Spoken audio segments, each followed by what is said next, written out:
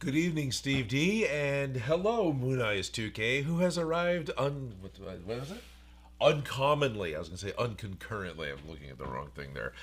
Hi, came on just a couple minutes early because I could. I was ready. Usually I'm late. Why not be early today? Hey everyone, how's it going? Hi, my name is Odin. Welcome to the Sunday Odin Makes live stream. I'm coming to you live on Mother's Day, which means, well, Felicia's not available. She's got some fun family stuff planned, I guess. Seems like those two kind of go together. But anyway, she's not going to be here. So, okay. Hi everyone. My voice is hoarse. I was had a con yesterday and then did a bit of yelling on Friday and made myself, a little hoarse. I can still hear it a little bit. So I'm not exactly sick, but yeah, chances are my voice is going to be a bit raspy by the time I get to the end of this because I've only just had like one night after being loud at a con with a voice that wasn't happy to begin with. As I think about it, the one thing I didn't bother to do was, anyway, tea might be a good idea.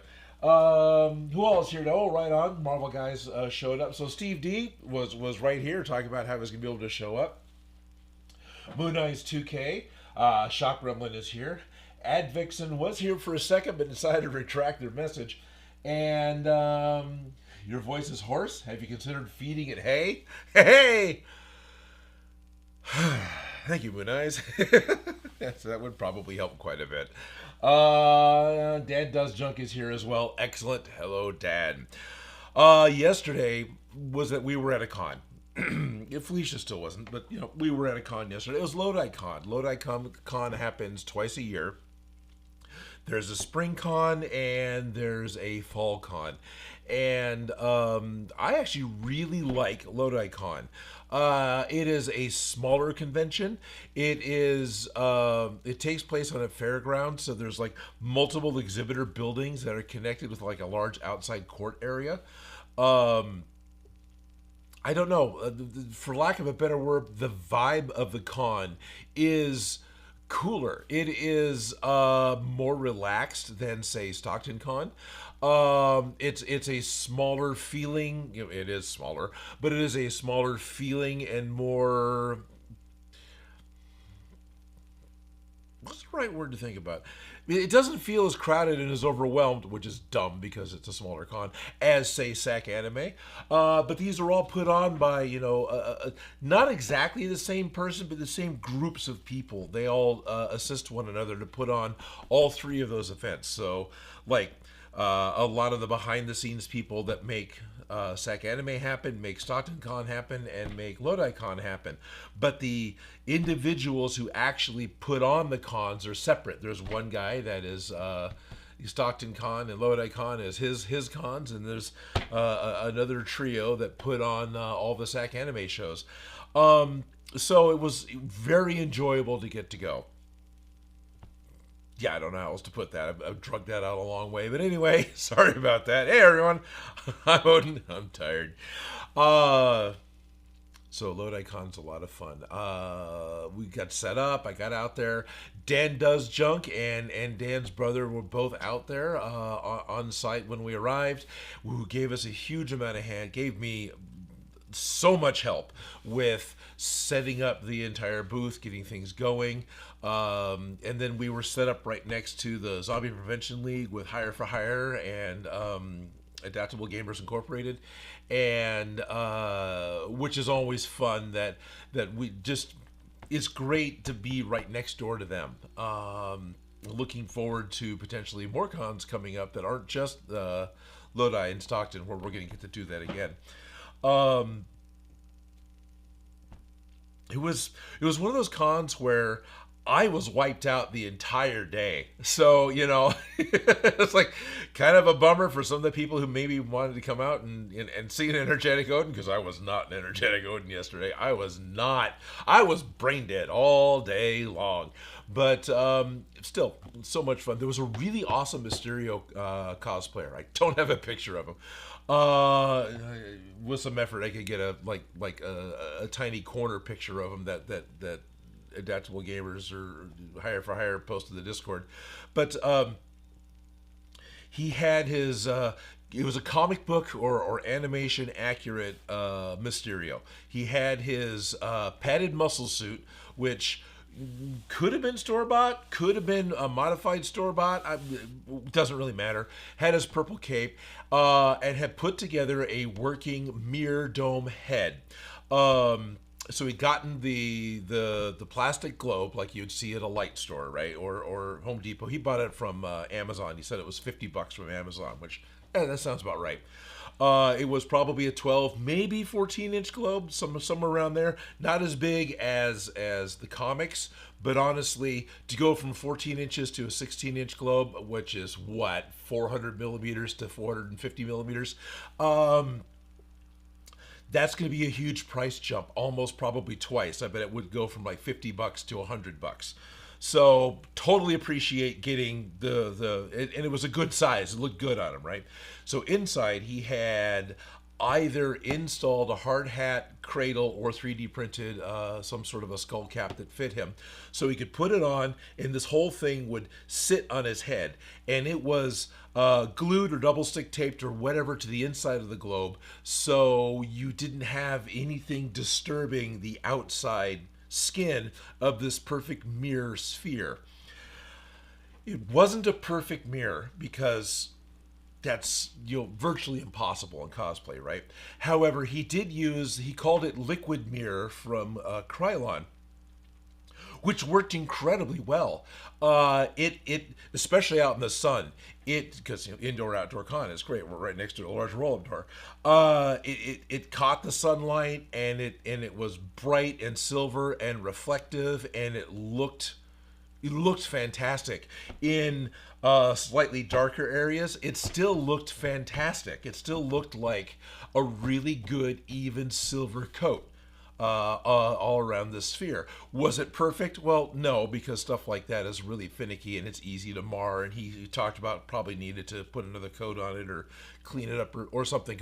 The artist is being upset about little imperfections on this thing, right? But for me just to look at it and know how hard it is to get stuff like that, it looked really freaking good.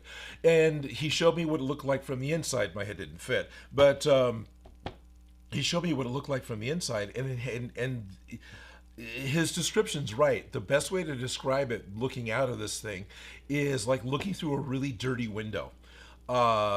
He had pretty damn good vision for not being able to see in at all, and there were places where the liquid mirror would settle differently, and it looked a lot like you'd have a really dusty window that got just a little bit wet, and the water ran and collected in places. So you have like this little bit of extra thickness of mud, very much what it looked like. But could totally see and walk around with it on. Now, of course, it's a plastic sphere with no ventilation, hot. And he had a headset on, so he had a speaker so you could hear him outside. But anyway, overall, easily, one of the best Mysterios I've seen. I've seen 3 that are memorable to me. And this is the first one I've seen that I can remember in person that had that good of a mirrored domed helmet, because just not an easy cosplay. The other 2, one was movie accurate. Actually, I guess the other 2 were both movie accurate. So they both came out with I guess it was the second Spider-Man movie with Mysterio. And I saw them both in San Jose, but they were different cosplayers with a different take on how the movie version was done. One of them, again, screen accurate, basically. At this point, my memories are a little fuzzy, and I could probably dig through my photos and find pictures, but I didn't do that beforehand. His outfit was accurate to how Mysterio looked when he was full-blown Mysterio and flying around fighting Spider-Man. So he had the cape, he had the suit, he had all the accessories. But for his helmet, for his dome, he had done the old 70s style string art. So he like inflated a beach ball to make something that was round, and then took heavily starched thread and just covered the dome over and over again with a crisscross pattern, right? And so all of that sticks to itself. And when it dried, he deflated the beach ball and took it out and spray painted it silver. It worked. It totally worked. It was just a mesh, right? And it was a kind of a chaotic mesh. It wasn't a uniform mesh, but it totally worked. He could breathe through it. He could see through it. He could hear through it. It was lightweight. And you knew exactly what it was. And it's like, well, who cares that it isn't perfectly, glass smooth? The other guy managed it. But who cares that his wasn't perfectly glass smooth? Because it totally worked. And it was obviously hand done and really well hand done. So, yeah, very impressed. The third Mysterio, I don't think it was the same con, but I swear it was the San Jose Convention Center I saw him at. This guy, even better take on how to do a movie accurate Mysterio, right? But again, it's like, anyway, he had the motion capture morph suit with like the corridor crew does the it's like the triangle and hexagon patterns that just all over the morph suit. So he had one of those on. I think he had the cape and he had the shoulder pads and the gauntlets. A lot like how you see behind the scenes footage of Robert Downey Jr. wearing Iron Man armor from Endgame, like behind the scenes stuff, where Robert's got on gloves and he's got on like shoulder pads and most of a frame representing where the helmet's going to be, but his face actually isn't covered and stuff, right? A lot like that. So Mysterio at the con didn't have a globe around his head at all. It was just the collar. And then he had his hair and everything else done up to look like Jake, which Jake Gyllenhaal was the actor, wasn't he? So I thought that was an awesome take on it because I think there's a point in the movie you see him that way. But if there isn't, then at least he did it from behind the scenes, which is also cool. And I have liked the idea of doing cosplay that incorporates how the costume looks to the camera because that's the way I relate a lot of this stuff.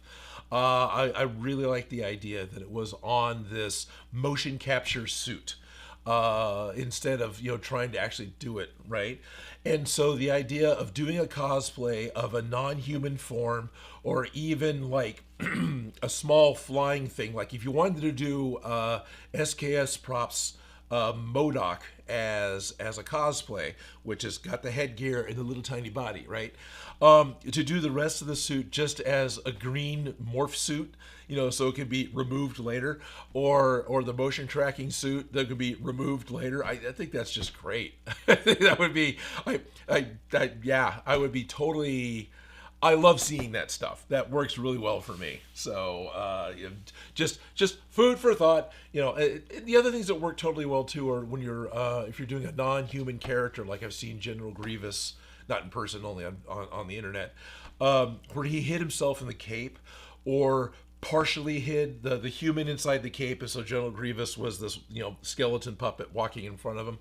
Or I've seen one where he was a little more incorporated into the Grievous body. Again, this is just on the internet. I haven't seen it in person. But you could see his black morph suit legs walking along behind him. And you just ignore the black because obviously you're supposed to. So who cares? That's fine. Who cares? I think that would totally work for like a Chicken Walker cosplay. So you got the ATST from Return of the Jedi, right?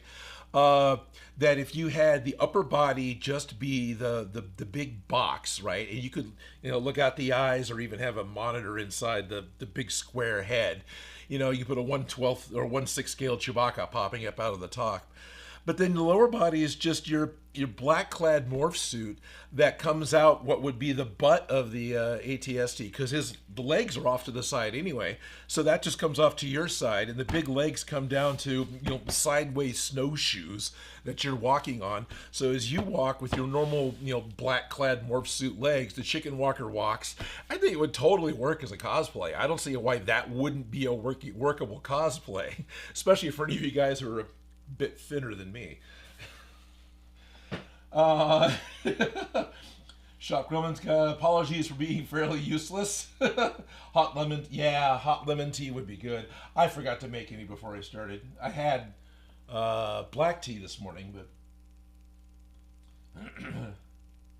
Moon Eyes, so I still no, actually, Moon Eyes, I think I've drank all that tea that you sent me. That was a while ago, wasn't it? You sent me tea from the 300-year-old or more 400-year-old English tea company. That stuff was good. No, that's gone. uh, Shock Gremlin, you weren't exactly fairly useless. You were also helpful. Shock Gremlin was at Lodi Con yesterday as well, and yeah, both of us were pretty brain dead throughout the whole thing, but it's okay because we interacted with people, which is part of the point of going, right.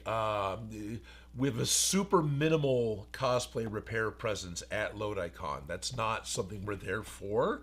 But there's enough people that know us, especially from SAC Anime, that they still come to us anyway. So yesterday I took a really minimum amount of stuff. In fact, I might have lost my gaff tape. I'm not sure. Because I didn't see it unpacking when I got home. But, bummer. Anyway, and there was still people that came by, especially like just before their 4 o'clock costume contest. Needing help putting nails back on and getting other pieces put together, and one of the friends of the droid guys came by because his pants for, I know the Jedi character. He's from one of the games. I think he's from the newer games that has the little beady guy that pops out of his backpack. I don't remember his name. But anyway, it was once again one of those, Odin, can you kneel down behind me and fix the butt of my pants? What it was his pants were just too big. So we ended up having to do like the Z fold and put a safety pin through it just so it'd be a little snugger around him, right? Not a big deal, whatever, it's costumes. But yeah, fun stuff. And then he had all his belt and stuff, everything else, so it was easy to hide. Got plinks happening. Oh, I got a thank you back from Mom about Mother's Day. Isn't that nice? All right. That sounds so dismissive. I'm just not going to read it live on the air, but I did. It was through text because I'm such a fantastic son. Believe it or not, I am somebody's son. Anyway, yeah, Mom got the Mother's Day message I sent her. She lives about 13 hours or so driving time north of me, so not exactly a pop out and go have dinner with Mom day. Aria51 is here. Hello, Joker Wild Cosplay. Aria51 is Joker's Wild Cosplay. Feeding it hay. Good thing. Hello, Honey Tea. Apologies for being fairly useless. I'm still there. Okay. Yeah, Dan Does Junk says it reminded me of the Spastics Mirror Chrome. Yeah, the going back to. Sorry, I'm behind on keeping up with comments. Going back to Mysterio, yes, it did look like either Spastics Mirror Chrome. I actually asked if it was the Armor Light, I think it was called, or Illumalite. The Chrome stuff that a lot of the Gunpla builders use for all their Chrome on all their Gunpla. Because as I understand it, that does work okay just being sprayed over clear to give a mirror finish. You might be able to do like a misting of black and then put the over it, and anyway, whatever. We've tried it, sort of. We tried using the Chrome. Anyway, and I've got a couple things with it. We never, in order to get a good Chrome with that Gunpla one that I'm not remember, all clad and all clad too. Okay, to get a good Chrome with all clad, you need to follow through with a candy coat finish. You need to follow through with a hard gloss coat finish in order to really get the impossible 50s bumper Chrome. But you can't do that on anything foam because it's just going to crack immediately. Like the first time you pick something up and move it slightly, it's going to flex and you're going to get hairline fractures all throughout, So you end up doing the all clad without a protective coat on it, and it like tarnishes and it takes on fingerprints a little bit, or finger oil and things, and so it degrades very quickly. But it does work. So I'm tempted about the Krylon Liquid Mirror Chrome, or Krylon Liquid Mirror. And to look at it in the inside, it does look like it could have been brushed on. And again, it's not bumper chrome, right? It's not bumper chrome, insane reflective finish. It is a really good silver finish that apparently wasn't hard to put on and is transparent enough that he was able to see out of.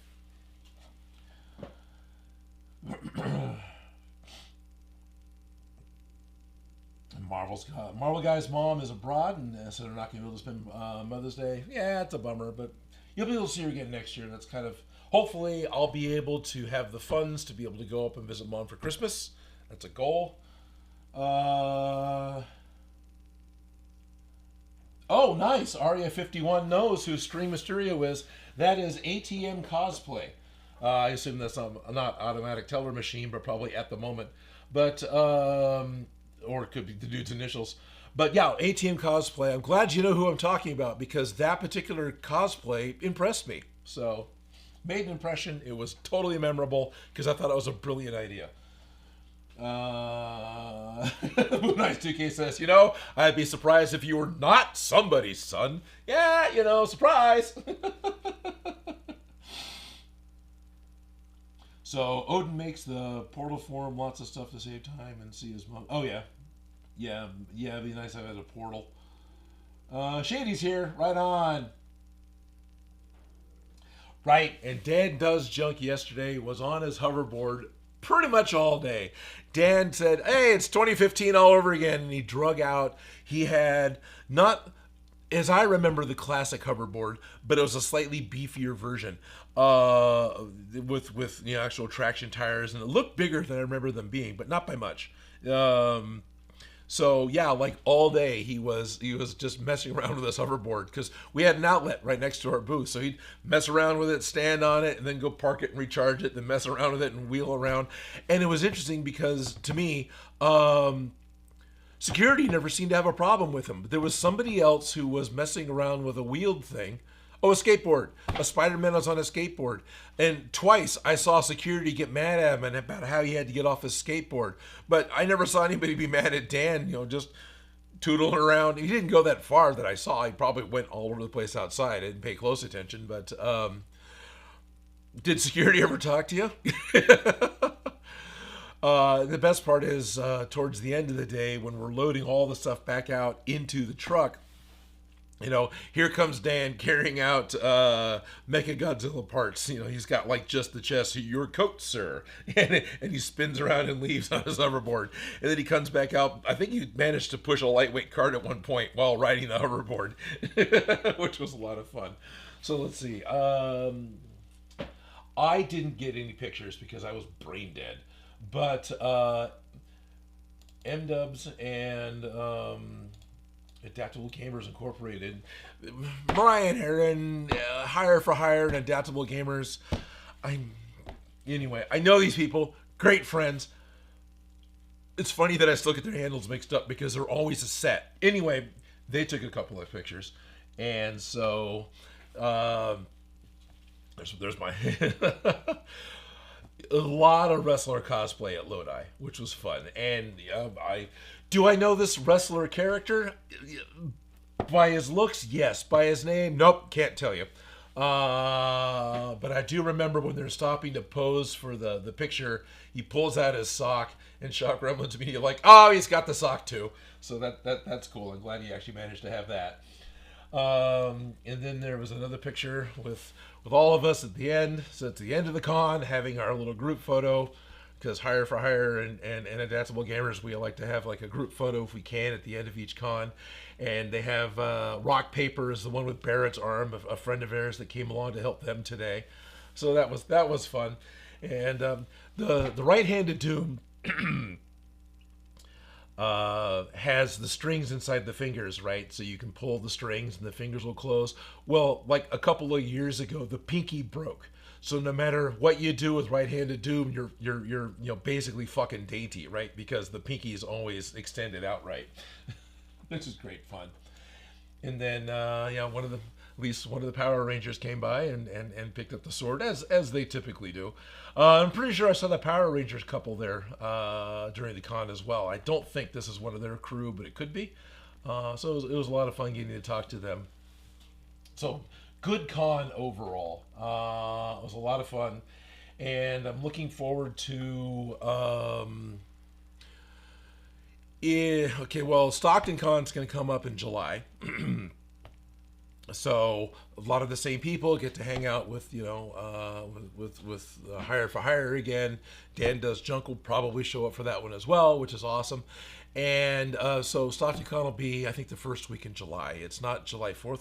I think it's July 4th weekend, but it won't be on the 4th of July because I don't think that actually falls on that day this year. So cool. Looking forward to Stockton Con. Coming up on the 2nd of August is another small con that's being put on by a couple of people that I've helped a number of times with Cosplay Repair. They've been Overwatch characters more than once, and anyway, they're putting on something called NovaCon. That's going to be happening in Blarksburg, or no, I'm saying it wrong. It's a community just south of Antioch, California. So it's within the major delta of California, and it's more in the southern part of the delta, which is kind of cool because I haven't been down there much. But this is going to be August 2nd. It is a hot August night type of con. It's an outdoor con only, which is like, okay, that's interesting. Haven't done one of those in a while, but okay. Thankfully, Drake the Viking said I could borrow a couple of his shade cloth pop-ups. But apparently it starts at 3 p.m. and runs till 9 p.m. So they're definitely trying to do the hot August nights. We'll do it when it gets cooler in the day type of a thing. So that should be a lot of fun. It's gonna be a one-day con. I'll be there. Hopefully, Hire for Hire will get to go. I'm kind of looking forward to it. I think it'll be cool. I think it'll be another one of those micro cons where it's gonna be really easy to talk to everybody, and hopefully, if it's outside, it's going to be, grassy park outside and not a parking lot, and maybe within view of the delta, and that'll make me really happy. Being within view of the water. So I don't know. We'll find out. I haven't looked. I've got information for it, not on me, but I haven't bothered to look up where it is on the map. The poor people have been trying to contact me for months because I'll see them at the con. It's like, oh yeah, sure, that sounds like fun. And the droid guys say, hey, are you doing this thing? It's like, yeah, sure, that sounds like fun. But I never seem to commit to these poor people. Anyway, pretty much finally did it this last weekend, so I've got that coming up on August 2nd, which is going to be a Saturday, which is nice. That means, and it's later in the day, so it's a drivable con for me. I don't have to take Friday off from work to go, and it's over that night, so I can drive back home, and I don't have to take Monday off from work to go. So it's like, oh, that's cool. So that's looking forward to. But for any of you who are in the Colorado area, I'm going to be at Creators Con this Saturday. So this upcoming Saturday, the 18th? What is it? A weekish from today, next weekend. I'm going to be in Colorado Springs, Colorado, at Creators Con. Their biggest presence is on Facebook. So do creators with a possessive apostrophe, Creators Con, and yeah, I'm going to be there all day Saturday. We're doing a buffer build. One of the workshops I'm going to be doing is what I should have been doing for the Video Game Expo, but didn't quite come through. So, and it's not exactly going to be Master Sword. That was kind of the plan, but I haven't been able to get my head working to figure out the crossguard on it. So it's just going to be a super basic like LARPing style boffer build where it's going to be a bit of PVC with a bit of insulation foam. We're going to try using double stick tape. Don't have it in front of me. So double stick carpet tape to wrap an extra layer of project foam so you get a slightly flatter, squarer blade, right? And then just going to put a tube sock over the whole thing to do a cloth covering. The idea trying to be that we want to get something done that can be done in like an hour, maybe a little bit more. So it needs to be really simplified. Working with the lightsaber build from last year, that I'm used to wrapping things with tape. I've been like mummifying my Star Wars figures with masking tape since I was buying Star Wars figures, or my parents were buying me Star Wars figures. And so wrapping something with tape is, yeah, I know how to do this, whatever. Everyone knows how to do this, right? Yeah, nope. So it took a lot longer to do the lightsabers than anticipated, and the number of people that would wrap it really tightly, which eliminates the give of the foam, you make a denser lightsaber to hit your friends with. So I'm hoping that by having the inner core of the insulation foam, then with the cutting edge of the project foam, and then just a fabric covering is going to produce a softer impact weapon. And then when you get it all the way done, you just get down to the bottom, and then there's duct tape around the bottom to create the grip. And basically that's it. I don't think I'm going to get much further than that. Probably just put duct tape around the pommel to try and eliminate the sharper bits from the PVC pipe being cut. It needs to be real simple because it just needs to be done in 60 minutes by however many people.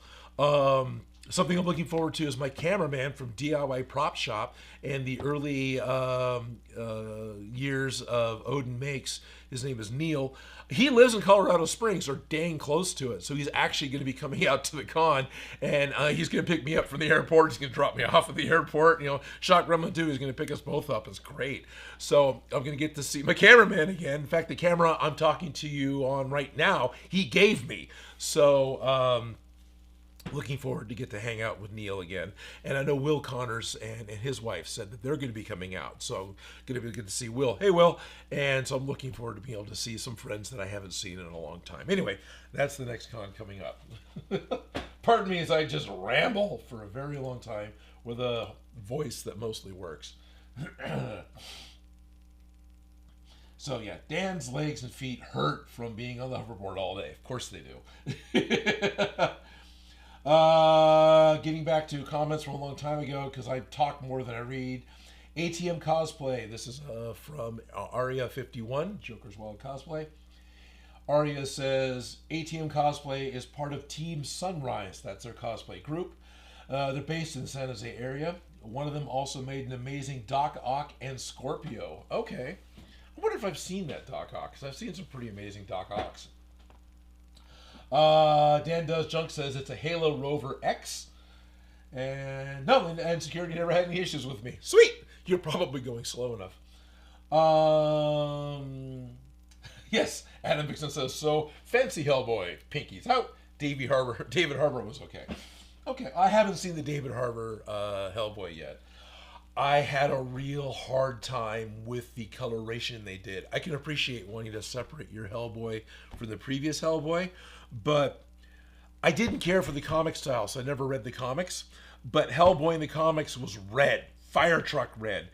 Ron Perlman was fire truck red. David Harbour was terracotta.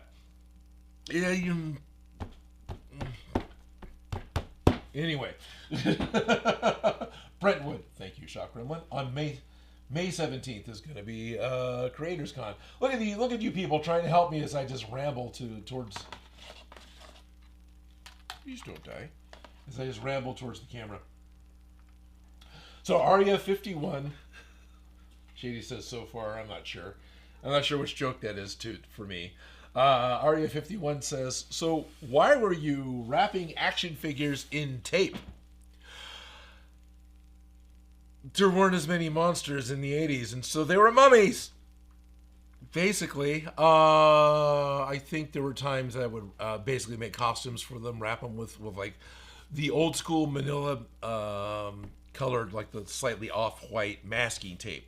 Because up until a couple decades ago, masking tape was just that. You didn't have other colors of masking tape. You didn't have the blue tape.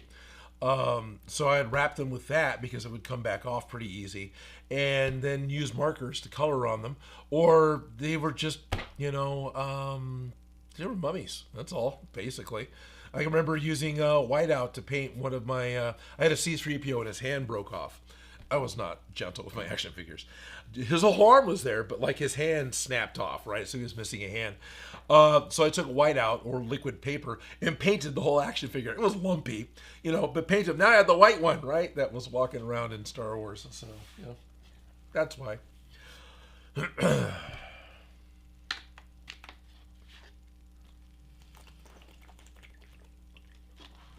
Promise I'll work on a Proton Pack today. Dan was nice enough to bring something along yesterday. He was saying, here, to make sure I hold this the right way, he made some coasters. So these are 3D printed coasters. And it's Dan Does Junk logo, which I guess actually goes that way, because I'm trying to look at it backwards. And now I'm still trying to figure out how to rotate something looking at a camera that isn't a mirror. So on his YouTube channel, this is his logo. And it's Dan Does Junk because it's a D inside of another D with a J. So it's DDJ, Dan Does Junk. And so he's 3D printed some coasters that has EVA foam backing, which is awesome. I just wish I was a sophisticated enough person to have furniture that needed coasters. I don't. All the furniture I live with is, I wouldn't say bulletproof, but it is definitely a set your glass on it anywhere type furniture. But the coasters are very cool. It's cool that there's 3 of them. So there was, the idea was there was a coaster for me, there was a coaster for Shock Gremlin, and there was a coaster for Felicia. Here you go, Felicia. Okay. She'll get that in 2 weeks. Also, after the last stream, we were messing around. Well, I shouldn't say messing around. Yeah, we were messing around. Come on! Stupid Monkey sent some Lego sets last stream. Stupid Monkey made an awesome little micro scale Ecto 1 with a little micro brick built Felicia and brick built Odin Makes to go along with it. And Felicia dropped one of the pieces during the live stream. And it just fell over there. We could hear where it landed. It wasn't that far away. We weren't able to find it lickety-split during the stream. But, of course, Shop Gremlin comes walking out like almost immediately after the stream and goes, oh, yeah, there it is. So, Stupid Monkey, I know I posted this picture to Discord, but this was the completed Lego set. So anyone watching last week and didn't actually get to see the completed physical set, here's the picture that I took and shared the Discord. We got, the micro scale Felicia and the micro scale Odin, which has actually got pretty good proportions for each other. I'm even wearing a Proton Pack, which is kind of cool. And then I still think the little Ecto 1 is really cool. I really like the way Stupid Monkey did that. Let's see. I'm messing around with... Can't quite... It's a little low still. Yeah. Yeah, that worked. I'll go to 3. There we are. So, yeah.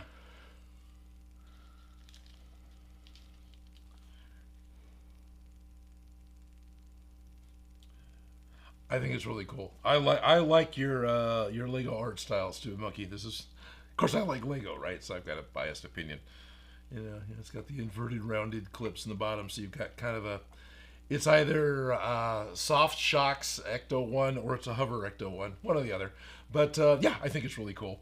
And then he, a couple years ago, sent a Mecha Godzilla and a Godzilla, so he sent the King Kong now as well, because getting parts isn't always easy. So he managed to get all the pieces he needed, which is cool. So thank you, Stupid Monkey. Wanted to let you guys know that the part was found. We got the pieces put back together as they needed to be. It is already getting warm out here. I'm going to be sweating by the time the stream's over. All right. All right, I think I'll work through all my stills. Go back to where the chat is. If I don't click the wrong thing and turn it off.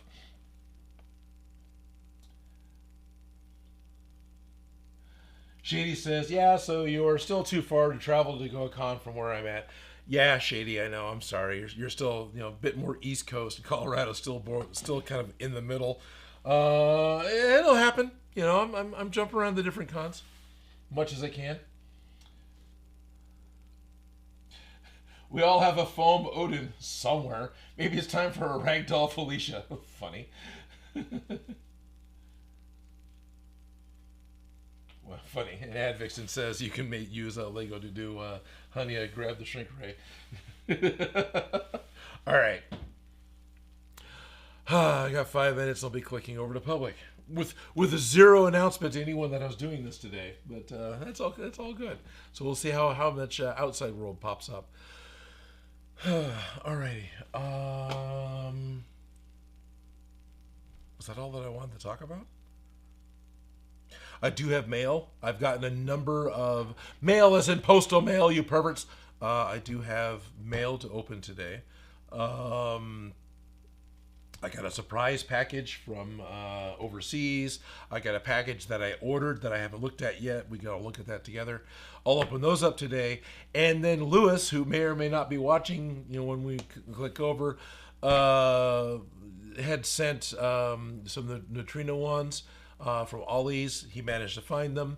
Those are still wrapped up. Those are still waiting to be open. Felicia's not here, so they're going to wait to be opened some more, unfortunately. Because I really want to open those up with her, because I think it'll be a lot of fun. I think opening those up together and having her reactions and having the interactions of both of us opening these things up and checking them out is going to be way more fun than me opening them up by myself. So I want to wait for Felicia to come back. So hopefully in 2 weeks, we'll be able to open up the neutrino ones that Louis Causey had picked up from Ollie's and had sent out to us. Use the fan, Luke. Use the fan. You guys want to wait a couple seconds while I plug the dang fan in? That'd be nice. This is Odin walking away.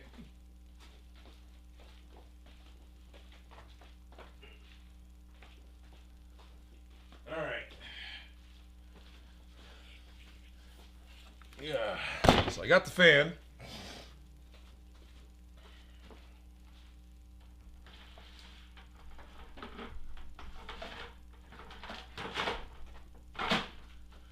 Now the question becomes, after the last con, where did Gwen and Chelsea put the power supply? Well, I suppose it runs long enough. I can just plug in. It is a hybrid fan. Thank you, Ryobi, for sending me a fantastic Air Cannon Whisper series. This is a 14-inch, 16-inch. What does this even say? It is a 14-inch variable speed hybrid power fan. It'll take both wall power or the Ryobi batteries. And it is variable speed, so I can set this to like 1, and it should blow long enough. I do appreciate that it is fairly quiet for being a fan, a box fan. I've had box fans before that are pretty noisy. I don't know how noisy this is for the mic. It's not that bad to me standing here. So I'm going to go set it up over there, pointing at me so I'm not standing in dead air.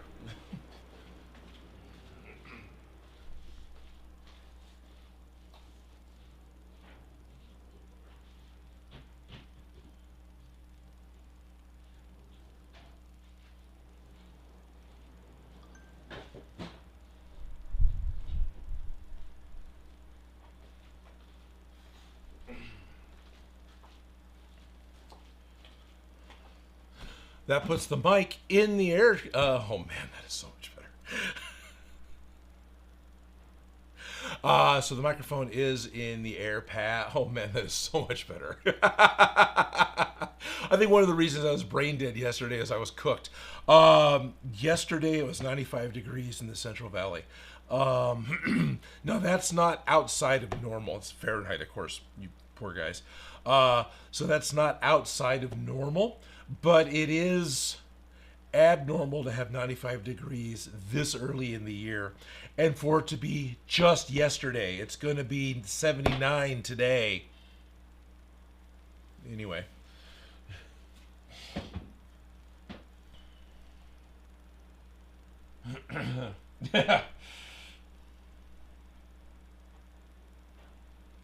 Aria, I thought you use it in Lodi. No, I use batteries in Lodi. I wanted to, but it's probably just in the bins down here, or it's in the big flip crate roll away pack out crate that I've got from Ryobi. It's probably just in one of those. I know it's not lost. I just don't know what bin it's in. And yesterday it was a last minute, oh, I should take this. Oh I'm so freaking glad I took it. And then, of course, today I didn't set the fan up earlier because it wasn't hot out here, a little bit earlier. Duh, it's never going to change. It's just like it is right now. So I wasn't looking until it's just too late. Please, anyone, if you could hear the wind noise going past the microphone, let me know, and I will move the fan. All right. Can't hear the fan, so all good. Thank you, Dave. Appreciate that. Hope you guys, especially you, Aria51, hope you don't mind me using different names with you constantly, and thank you for watching. All right, so it's close enough. Let's go ahead and fire this over to being... Oh, turn on the fan and I lost a viewer. Well, that's a bummer. All right. We'll go public. Playlists, live streams, Ghostbusters, done, save. There we are. Hey, I got 3 likes already. Thank you. I really appreciate my Patreon viewers and the fact that I've already got 3 likes on the stream. Much appreciated. All right. We're going to go back to having the chat brought up. Can't hear the fan, so all good. That's really, really good. Alrighty.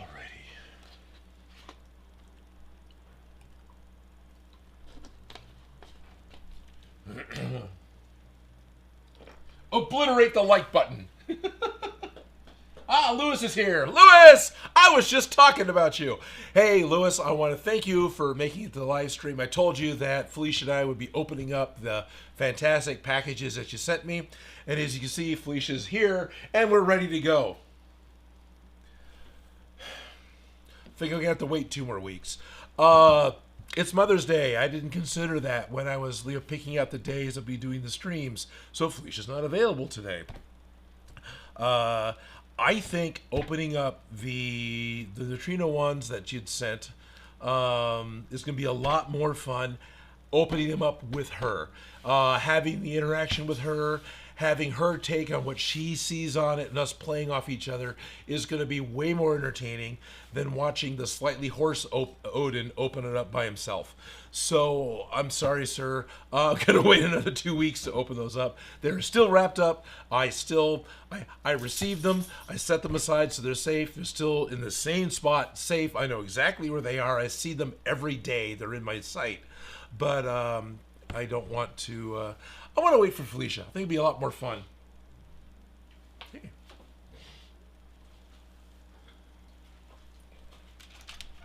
He's not going to be happy up here in the fan. It'd be a lot more fun opening up the neutrino and checking him out with Felicia. Somebody, I don't know if it was you, Lewis, somebody was telling me about 3D printing customizable parts, mod parts. I'm not quite sure what the right word is. Basically, 3D printing pieces to go onto that particular model that you sent in order to make it more like a 1984. Hi, Bean. Yeah. Oh yes. Oh yes. The lovely, tastes like your other end, smells like fish breath that you got. Oh, okay. Tastes like is a really horrible way to say it. No, I don't know what it tastes like. But you hopefully you know what I mean. It's rotten teeth dog breath. Oh, that came out really wrong. Yes, the hand grips. Excellent. Lewis or any other viewers who are watching, if any of you guys... Hi, Bean. If any of you guys know... I can probably just search it on Thingiverse.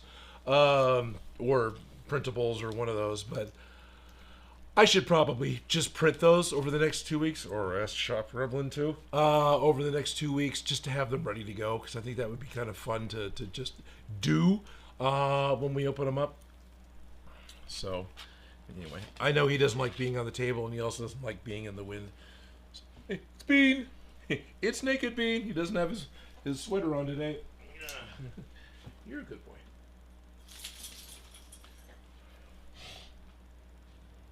Stephen Hall is here. Hello, Stephen Hall. Oh, okay. Dan, as a moderator, Dan Does Junk won't be able to be here in the next couple of weeks because it sounds like he's traveling. Very cool. Hello and welcome to the Sunday public portion of the Odin Makes live stream. Hello, my name is Odin. Felicia's not available today because it is Mother's Day in the U.S. and she's off doing something fun with family. So it's just me and I guess Bean today. What I do plan on doing today, once I get around to somewhat shutting up, I'm going to try and get the other ribbon cable put on today, and then maybe some other things. That's a mustache. See what I can get put on. Get some freaking progress done. Most importantly, it's been a couple of weeks already. I was just talking sort of to Lewis about how Mr. Lewis Causey has found and sent a couple of Ghostbusters neutrino wands that Ollie's, the discount place, had on special. So got those sent out, and I've been wanting to open them up on a live stream because I really want to open them up with Felicia. So we're going to end up waiting until next stream when hopefully Felicia's available, because I think that'll be better TV to have both of us open them up.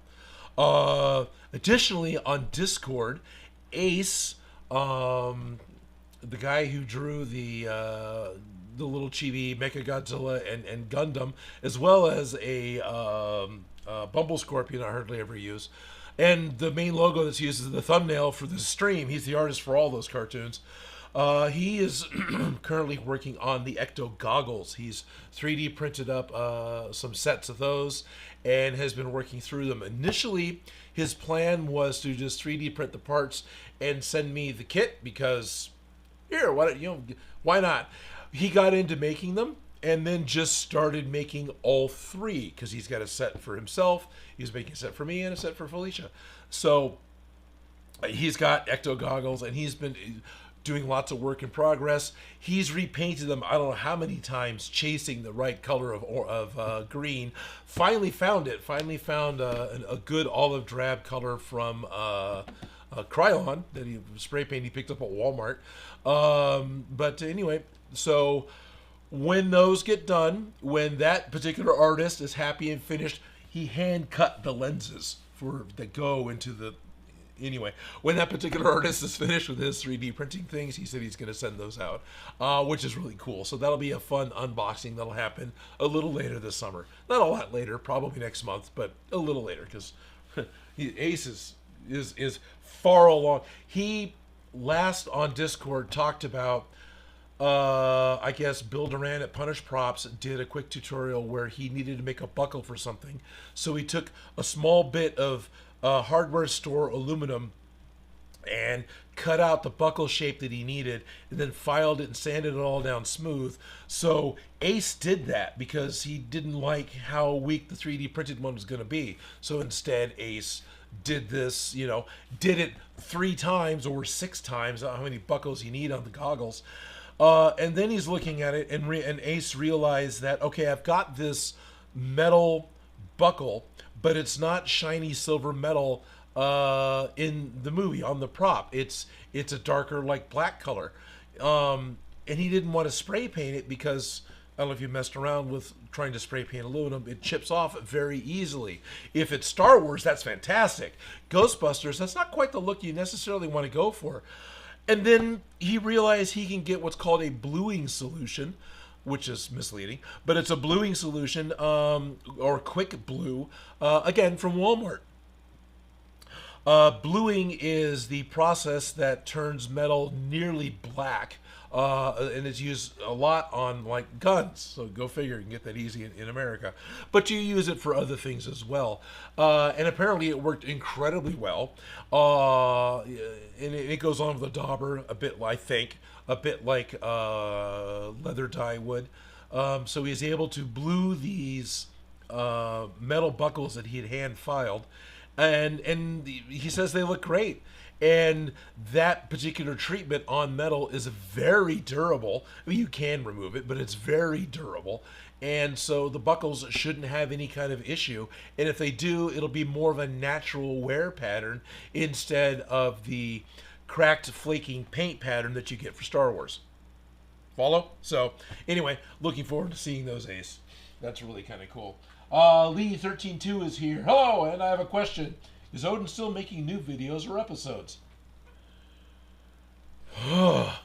Very slowly. Well, back on April 1st, because it was April 1st, I actually managed to get a video out. It's a paper airplane. But it was fun for me to do because it was a throwback, because 10 years prop shop. I have one video that is actively in the editing writing process, but I haven't touched it in a month or more. I have another prop that I have finished and gotten back to Chris, who's got Chopper from Rebels, about making Chopper's missing leg. I need to put that video together. The issue is there's this one part of the post-process at this point that's really, that even when I was pushing hard to get videos out all the time, I hated the sit down and write portion of it. It was really hard for me to just do the literal. You're watching what you worked on the timeline, and you're writing up and figuring out what the next piece is. And it's one of those things that really shouldn't be hard to do, but that became really hard for me to push through doing. And so that's kind of where I'm at with the VHS tape that I've been working on forever with Beyond Geek, and getting that tape done, and getting an alternate version that Shady thought would be really cool, and actually was, and even Joe from Beyond Geek thought it was cool. So that video is forever coming. The Chopper's leg is forever coming. I've seen a couple things recently in trailers like, oh, that would be fun to make. And as well as I've tried to tell myself, I've got at least 2 different very simple projects that I could just do, just to have a video to put out, and yet here we are and I haven't done it. Why isn't Odin putting out videos more often? There's a point in time when YouTube no longer was viable as a sole income, and I had to get a full-time job.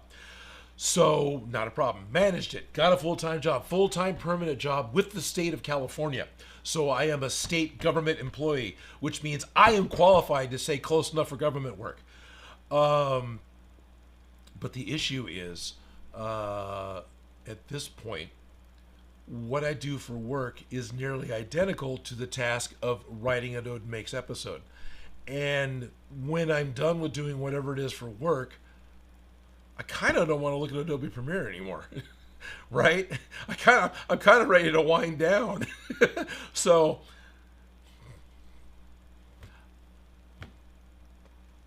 I need Adderall. I don't know. Advixen asks if it was easier when I did the hybrid livestream buffer build. You know, kinda. And same thing with the paper airplane build. When I did it as kind of a live to tape, did it more like what DIY Prop Shop originally was, because they didn't want voiceover. So yeah, I might head towards that model more, where I spend more time talking to the camera and less time figuring out how to talk about it later. And that one of the smaller projects I was looking at doing, that actually might really work. Understanding Odin. Oh, good. Lee asks if there's any future cons I'm going to. Future projects? Sure, there's lots of projects. Cons? Yeah, next week I'm going to be, so next Saturday, this upcoming, Gremlin said it in the chat earlier, the 17th. Scroll, don't see it fast enough. Whatever this upcoming next Saturday is, I'm going to be in Colorado Springs for Creators Con. It's creator with a possessive S. So Creators Con, and they are possessive apostrophe S. Anyway, that Creators Con has a very strong Facebook presence, so go look them up on Facebook. They will show exactly where they're going to be at. Because I don't know, I have never been to Colorado Springs. I haven't been in the state of Colorado since I was single digits old, right? I was like 9. Other than that, I've only ever had a layover in the Denver airport. But so I'm actually going to get to spend a couple of days in Colorado. I'm going to get to do the con. I'm going to get to see some friends I haven't seen in a while, and he's actually got other guests lined up. Creators Con is a con that's been building over the years, right? The man who puts it on, Jeff, has been building up this con because he really wanted to do it. I was one of the first guests he had come out. Evil Ted was one of the first guests he had come out. So was SKS Props, and over the years, he still has one of us come out to his different cons, and he's had them in different areas. But this time, I get to go, and he's also going to have the person, one of the people who currently plays R2D2 in the suit for like Mandalorian, and he's going to have Carla, who does Rita from the Power Rangers. She's going to be out there, as well as the actor who did Lightning for Big Trouble Little China. He's going to be out there, and one other person I'm currently forgetting, which is embarrassing. But anyway, so you know, I'm going to be able to be out there with people who are actually doing stuff that's on screen for projects that you've seen big and commercial, as well as Jeff has always been about cosplay and the cosplay community. So he's got a huge lineup of his cosplay friends, as well as people that are more in that area who are all really good award-winning cosplayers. So there's going to be a lot of people out there at this con. And I'm going to be doing a Boffer workshop, a real simplified Boffer sword weapon workshop that doesn't require contact cement, because I don't know if Jeff has gotten a larger venue. The last Creators Con I went to, it was all in one meeting room. So the workshop was in the same room as the vendors hall, which also had the honored guests. And so I don't want to open up a potpourri of noxious, of toxic chemicals in an area like that. So we were trying to make a Boffer sword with double stick tape and duct tape.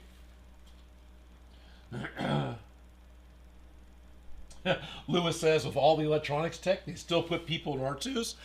That was my reaction, Lewis. So I'm pretty sure, even in the 70s, all the three-legged R2 units you see are remote controlled. All the three-legged R2s, and especially if his leg comes out or retracts, because obviously a person can't fit in there with that mechanism, those are all fully electronic robotic R2s. I think when R2 is bipedal and reacting, right, and doing things, there's still a person inside for that, because some of those motions, as an organic motion and as a reaction motion, is maybe a little harder to do. I don't know. But my assumption is that if you're seeing a two-legged R2 unit, it probably still has an actor inside. And it's going to be kind of cool to get to hear her talk. And I should be healed by then, I hope, because I'm better today, although I may not be at the end of the stream. All right. Oh, and at 1 o'clock, which isn't too far from now, I do have 2 packages to open up. So I do have mail today. Last stream, we managed to get ribbon cable finally put on the Proton Pack, which that helped so much for me to go, oh, it's becoming a Proton Pack. It's getting to have some of the details. It's not the black boxes on a board that I've been looking at for 2 years.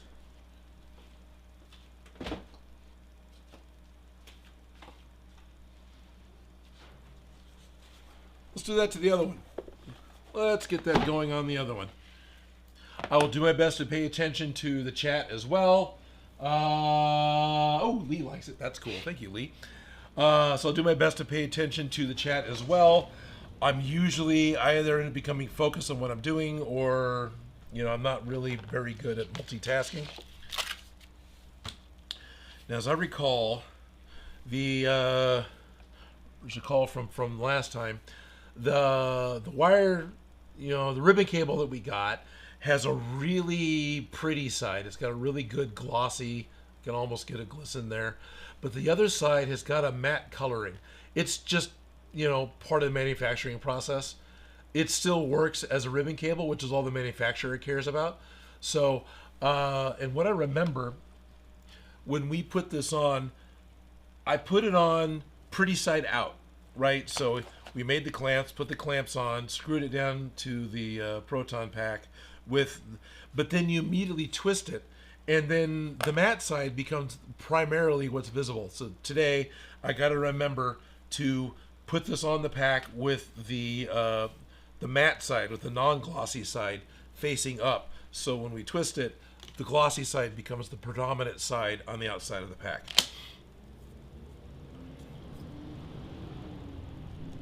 And a truck goes by.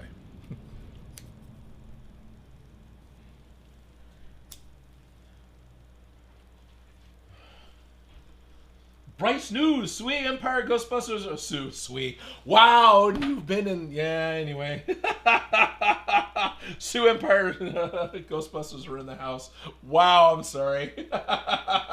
Boy, I butchered that, and it's like a name that I'm familiar with, and you know, it's country, anyway. I'm sorry. Can I please zoom in a little bit so I can see this a little further away? Truck cam. If trucks were more consistent, I'm looking at the fan like I'm talking to the fan. You guys ever talk to the fan? I haven't done that in a long time. You know, we're talking to it. You're just here to yourself. Anyway,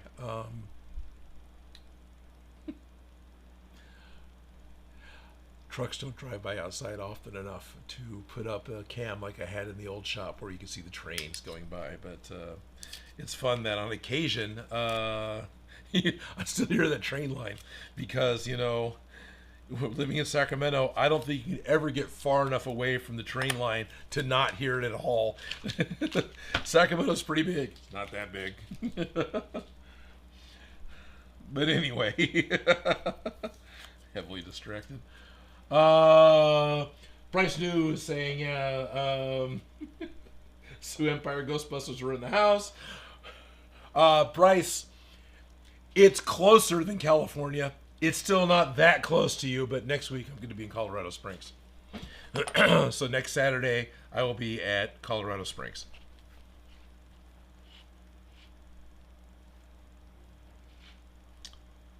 Now, something I'm going to do this time that we didn't do last time, and I'm okay with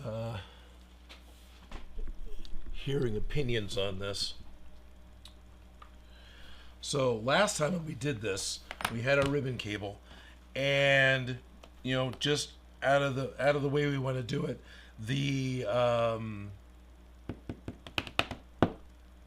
bracket, the metal bit, was set down so it was square to the ribbon cable. I'm thinking about setting it offset slightly so the ribbon cable doesn't come out straight from the cyclotron, and it gives it a better chance to get more of the curl going up to the pack. So is this, you know, it is straight though, isn't it? I'm not looking at the Murray pack. I should do that. Anyway, so Bryce, Lewis, the two authorities I have here in the chat that I know for sure. Guys, sound off. Should I keep it square? Probably should. Should I angle it slightly in order to help the curl be closer to the body of the Proton Pack? In the meantime, we'll watch Odin try to manipulate his phone and look up. I think I've still got the... I do still have the page saved in my tabs. All right. So go to GBFans.com and look at... Yeah, it's coming straight out. Yeah, all right. Well, I answered my own question there. All right. It's coming out straight.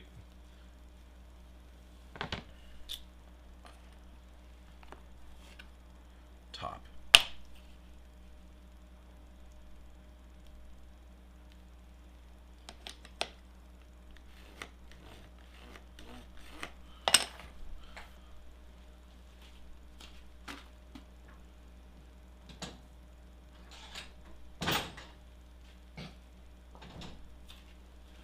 Earlier in the stream, we were only doing Patreon. Talked about how I didn't know what gaff tape was. I never took it. It was on the shelf behind me because I'm tired. So I found my gaff tape. Yay!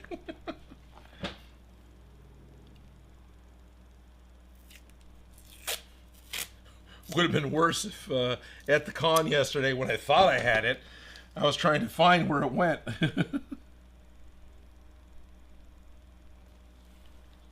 So I did my pencil line on the ribbon cable to where I want the brace bracket to go, and now I'm using some 1-inch wide gaff tape to wrap the end of the wires. Why am I wrapping the end of the wires? This was Felicia's idea to put a little bit of black gaff tape on the end of the wires, because the thought was this would have a little more of a grip on the aluminum than the wires does, and it does a little bit. So I am doing it as well, but it's also because it keeps things uniform, which is something that I like.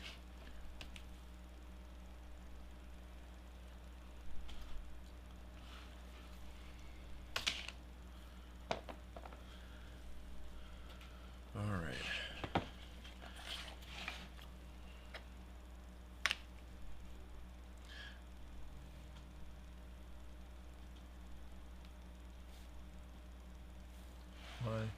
Yeah, pretty much. I might have to move the camera because oh yeah, that's an attractive shot. All right, this is more where I want to work, so let's have the camera pointed more towards the edge of the table.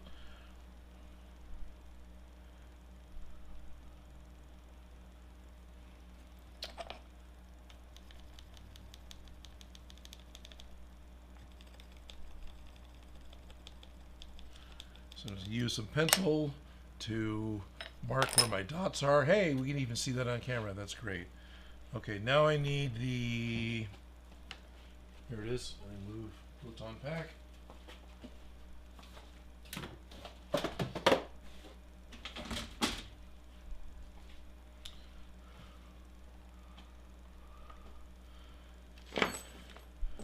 Got my hole punch that I was pretty much using last time. Yeah, that's fine. I'll just use that one.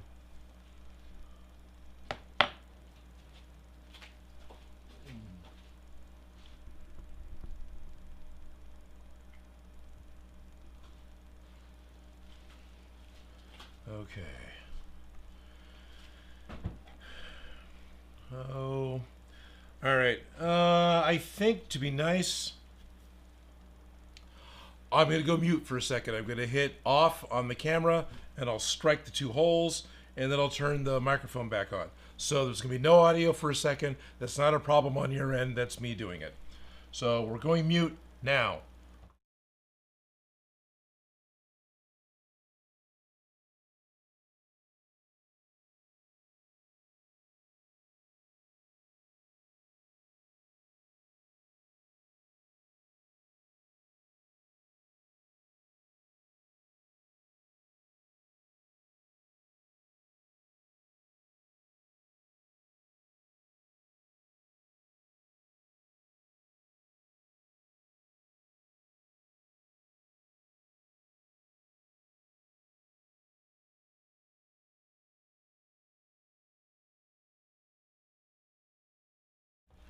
So I got the holes punched without hurting anyone's earpod ears.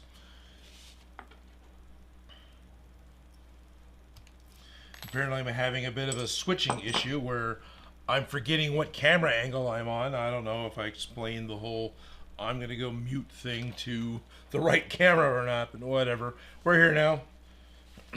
Hopefully you guys are still here.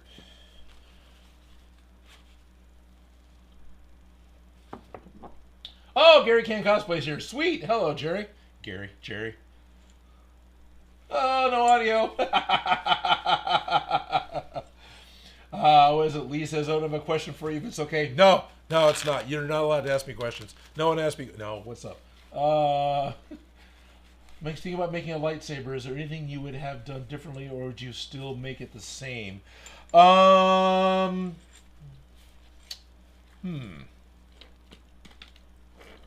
It's been long enough. Not a whole lot. Not a whole lot that I do differently.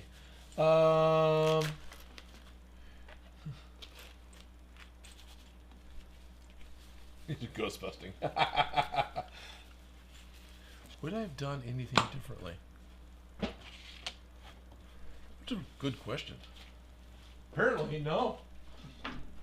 The hardest thing is the way that I built the lightsabers, and I think I still have like one bit of tube left. The hardest thing in the States is finding two pieces of aluminum tubing that fit inside of each other. Telescoping aluminum tubing is very difficult to get a hold of because in the States they like to do them in incremental amounts of that unit we call an inch. And usually the thickness of the wall of the aluminum is thin enough that the next smallest diameter of aluminum doesn't fit inside. It's got a lot of play. So getting two pieces that fit together is just it takes finding a specialty aluminum distributor in order to get a hold of those. But when you have it, it works really well. And it is possible to do some with sync parts. You can get hardware store downspouts, not downspouts, that's the wrong thing. There are sync drain extensions that are chrome that are a smaller diameter because they're made to fit inside a PVC, or just the way the plumbing part is made, they're made to fit differently. And so those pieces work pretty well for connecting things. At this point, I've seen so many different lightsabers with barbs and saw teeth and stuff added to them that are still canon sabers. It's pretty open as far as what you want to do for how you want to do a lightsaber.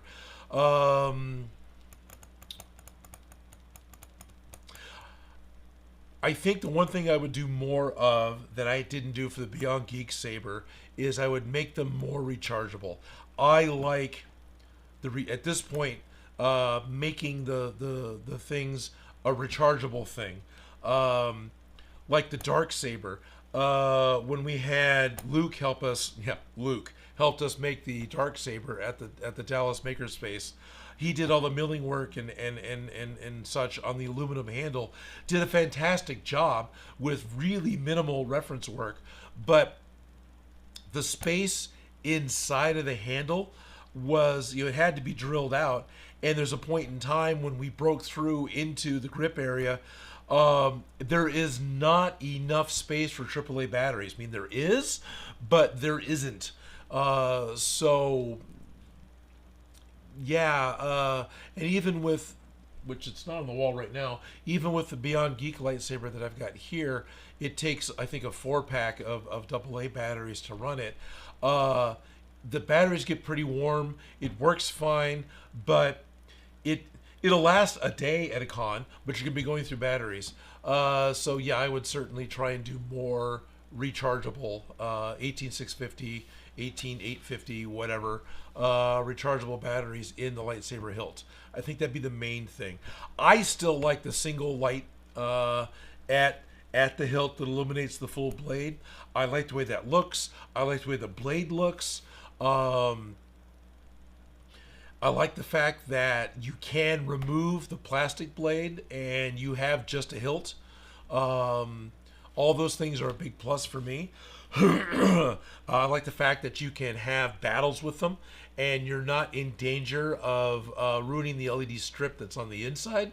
However, having the individually addressable LED strips running up and down the inside of your blade, giving you the ability to have the turn on, turn off light effect gradually instead of just dimming the light, as well as having, you can actually have the blade change color while it's on, or go into fabulous mode and it does like a cascading rainbow effect. I mean, that's awesome. But to my understanding, at least back in the day, those styles of blades weren't as robust for actual combat. So whichever one you want to do. But you can get a programmable RGB Cree LED like I've been using that'll let you change colors, and it'll do flash on clash because you'll be able to have the white, so do the white flash, so the whole blade, you know, flashes white. So that's all a lot of fun.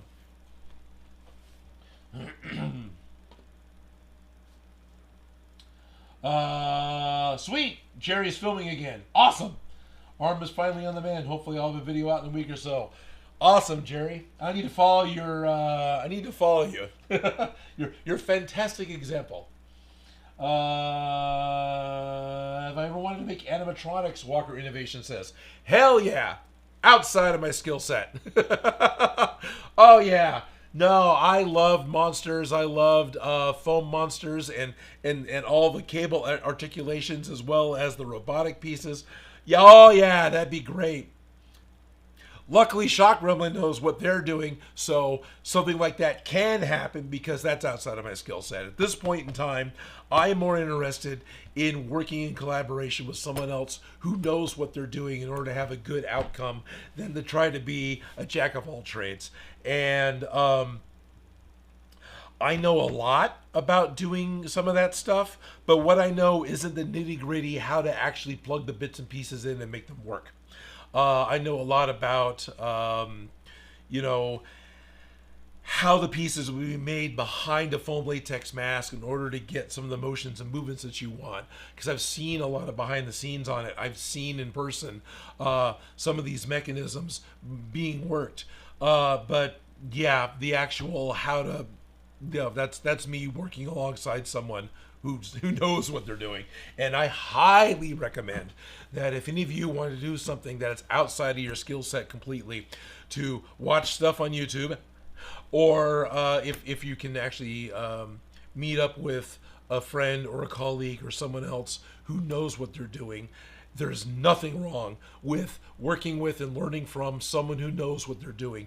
They don't have to be an expert. You might be able to watch what they're doing and realize a mistake that they're making, and you can sidestep it.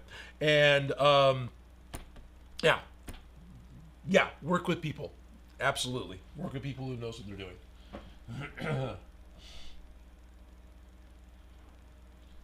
Wand sabers and the pendulum sabers are straight.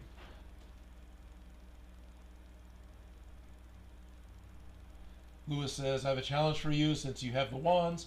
How about use the others and create an actual light up proton stream for them? Well, that's not bad. You could change out the wands. That's not a bad idea.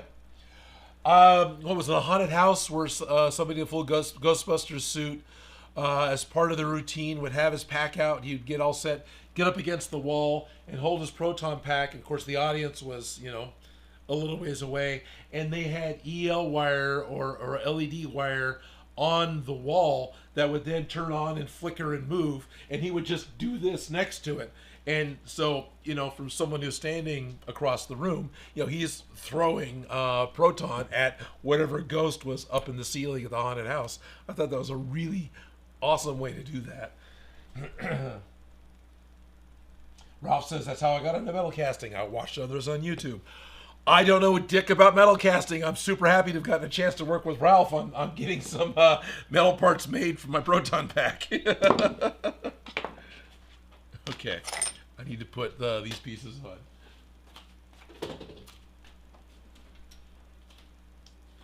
Oh, the temperature difference of walking out of the fan and walking back into the fan.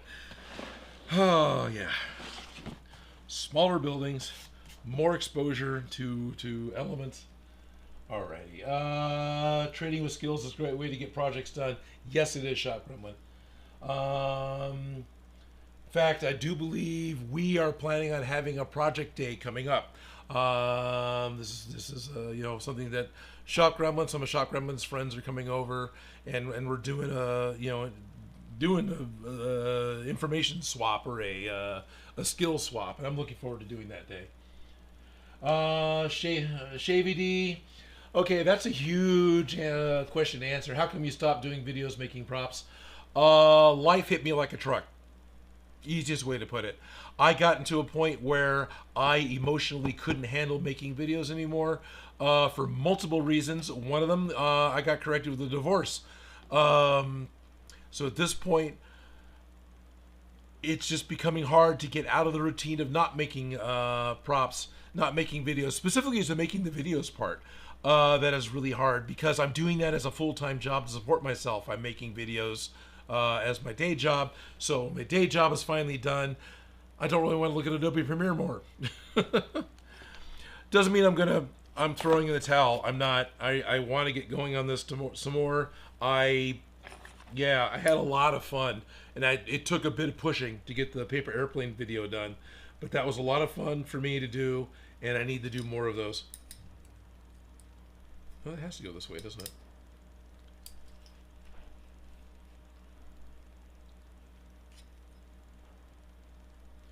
Well, I don't need to put that one on there.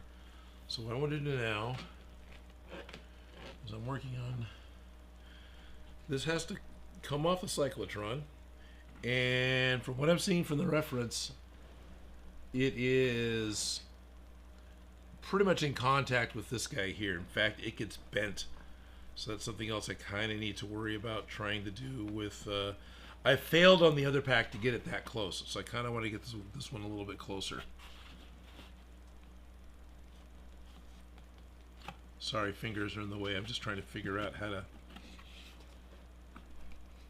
I'm also fighting the weight because the ribbon cable's falling off the table.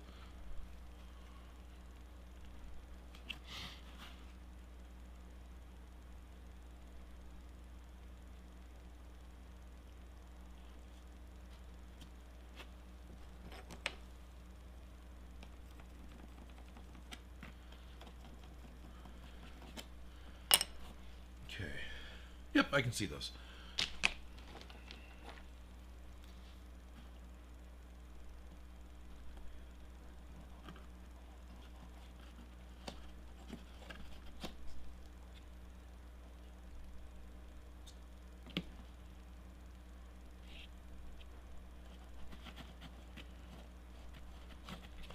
Yep, missed the wood again. All right. Well, bummer that.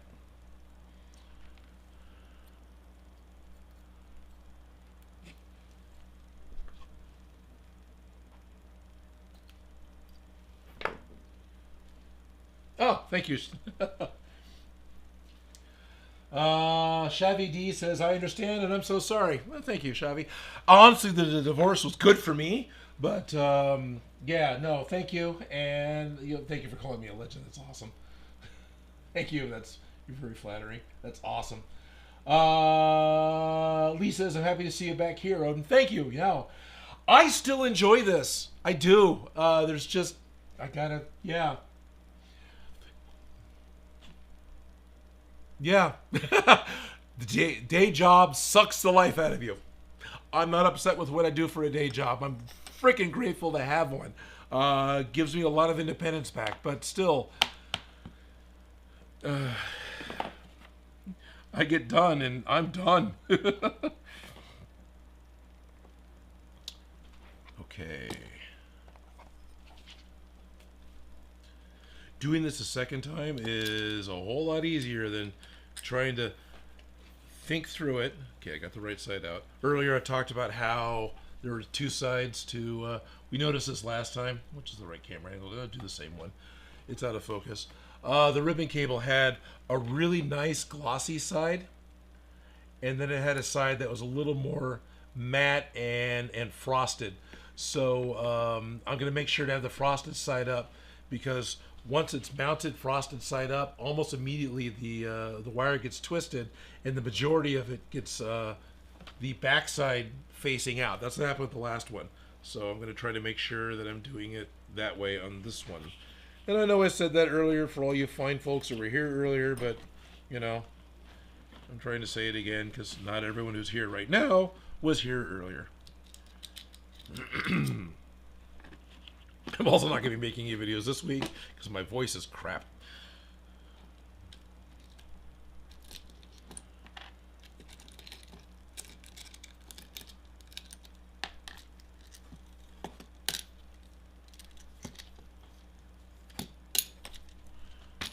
And then I got my driver still. Okay.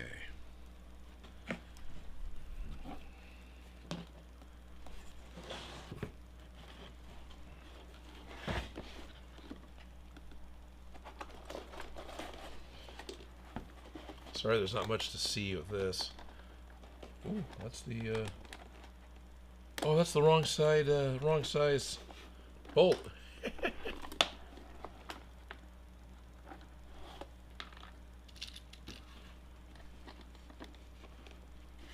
No wonder it fits so well.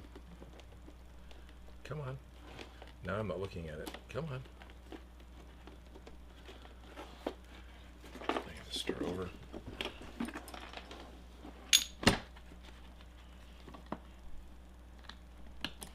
Oh yeah, that's right.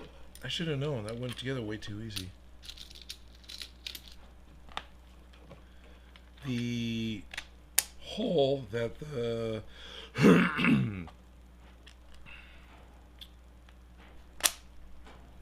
the hole that the Cos Tools hole driller makes is smaller than the quarter 20 screw.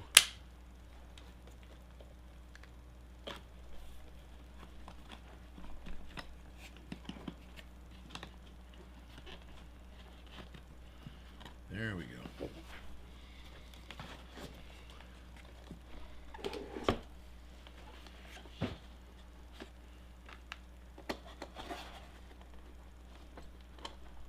Man, chat's just out of focal range. Wouldn't have had to turn on the other monitor. I just forgot to bring that HDMI cable out here.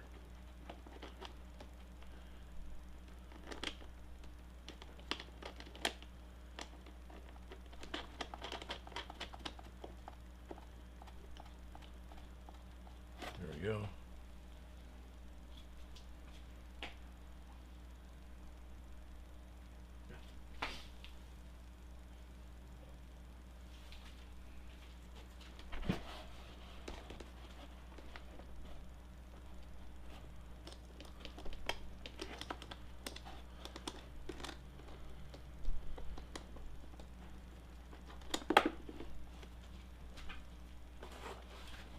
How many times can you drop the same nut?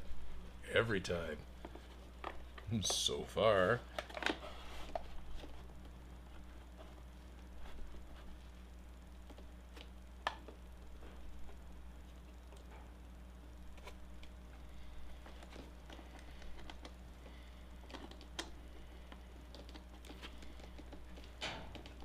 Come on. There we go. There we go. Okay.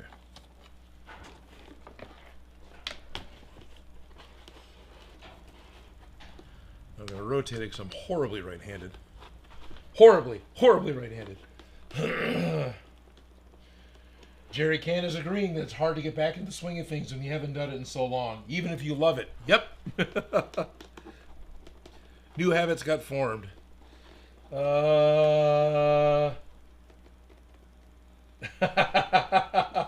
Lee says the very first Odin that I watched Odin was 8 years ago. I still remember it. He made an awesome blue shell from Mario Kart. Thank you. Yeah, Odin Makes is 8 years old, 17, right? Yeah. DIY Prop Shop is 10 years old, if I remember right. All right. I probably shouldn't crush that anymore. I'd be in danger of totally just squishing your foam and then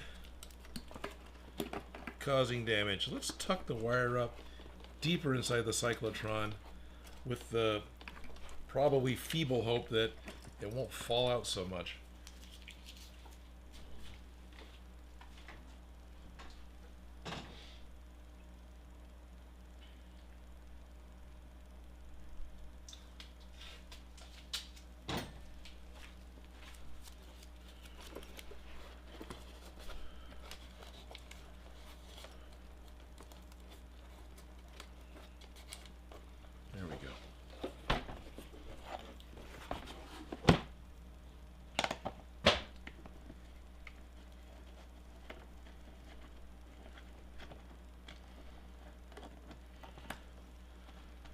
Now I want to look at the reference again because I do like the crushed whatever look that they've got for the movie.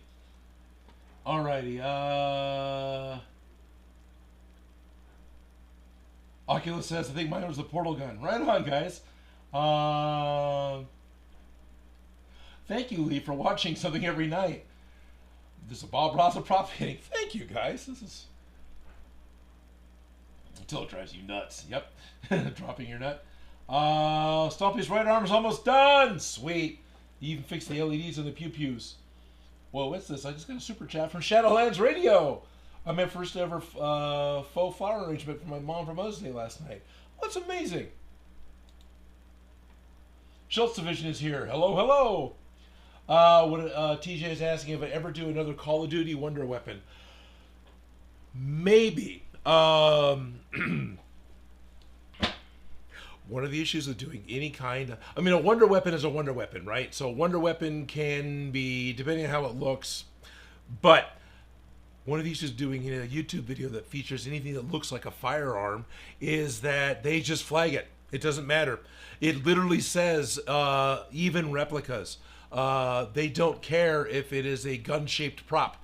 That those videos become at the least restricted monetized, meaning that only people of like 21 or older it'll be shown to, and because it's restricted, then any kind of monetization you hope to get from the video, for those of us who at least used to heavily rely on monetization for our income, you're not going to get any.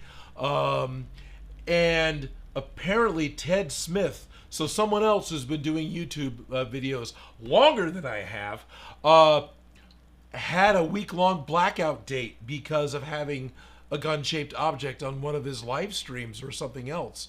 So that makes me really worried about doing anything firearm related. It's like, come on, guys. I mean, William Shakespeare had at least restricted monetization. I don't think the video was taken down from an Orville banana blaster. So I'd be really afraid of doing anything Wonder Weapon, because World War II, even some of the Fallout weapons, they're all just gonna, come on, guys, really? So many video games have firearms, have pew-pews that, Stompy, not worried about it. Because that's, rocket launchers. Because rocket launchers attached to your arm is okay, right? It doesn't have a grip. It doesn't have a profile of, of a firearm. So, anyway. Effectively, no, I probably won't. Because there's too much fear of repercussions beyond my control. And beyond reasonable mental... What? That makes doing anything like that really sketchy at this point. The fact that he did that to Ted really makes me, even before I was just annoyed that I could do this whole thing, spend a week or 2 or 3 at this point working on a project and then have zero monetization from it. Okay, for the love of building props, who cares? But as someone who's relying on that effort having a reward later, right? Because I could just do something else and get the reward. That's unfortunately what ends up happening. I'm trying to look at the pack.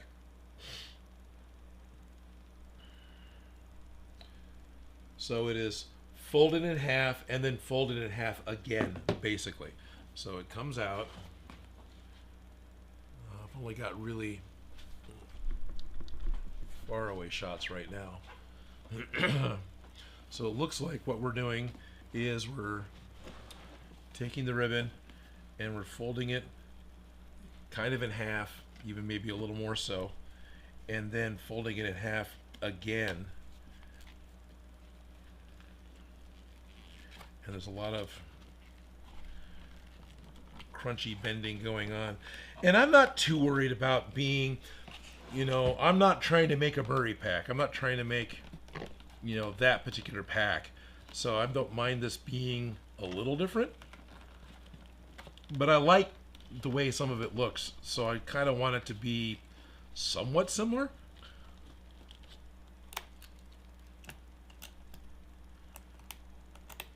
This is me planning ahead and not getting a clamp to help hold the freaking wires in place. Hey, Felicia, can you hold this? Oh, never mind.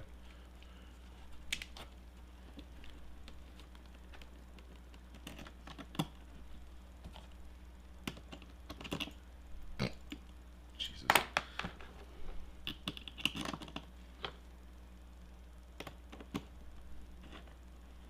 Yeah, I don't have a better angle of this. It's just my hand's in the way for all of it.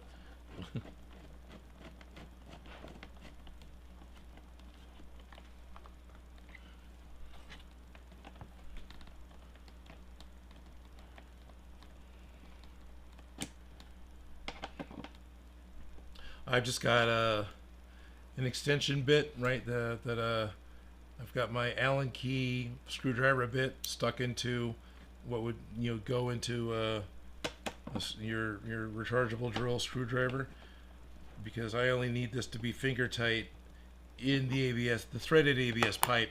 I may have already stripped it. All right, the other thing we did last time that worked out really well. We took a bit of wooden dowel and wrapped that into the end of the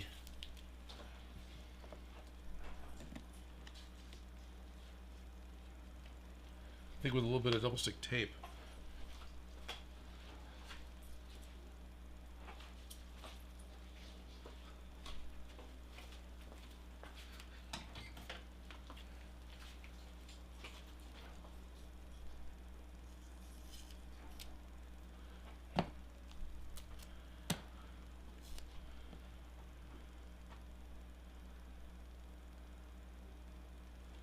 So I just put double stick tape. It doesn't quite go all the way around. Yeah, you really can't see that at all. It's really far away. Sorry, guys. So the double stick tape isn't quite going all the way around the wooden dowel, but and it's not in focus. But this is enough. As long as I put wire here and the two ends end up on this side, it'll be fine.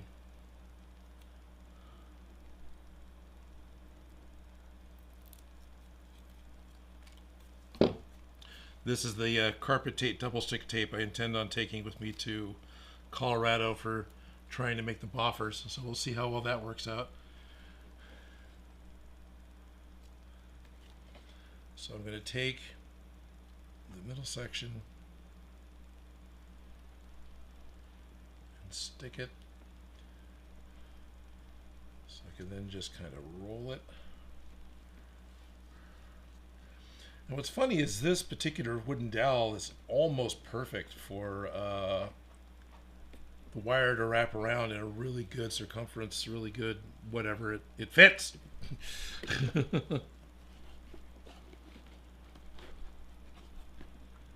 want to stick it in there. And I should go ahead. Last time we used double stick tape. Let's use something a bit more permanent.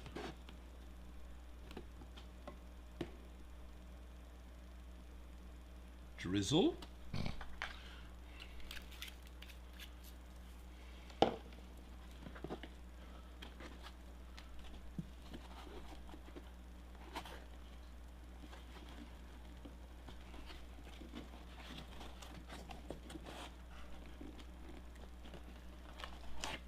All right. Now I'm gonna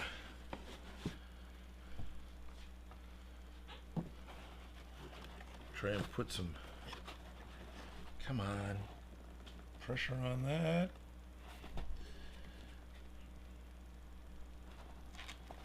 Well, that didn't stick. Is it not in even? Doesn't feel like it went in straight. Oh yeah, there we go. No, it wasn't in there far enough. Okay. So ultimately, the double stick tape isn't really, on this one, really holding it in place. It was more of a way of cheating the wire into being the round shape. So it'd plug into the hole, you know, round peg, round hole. Everything's happy, right?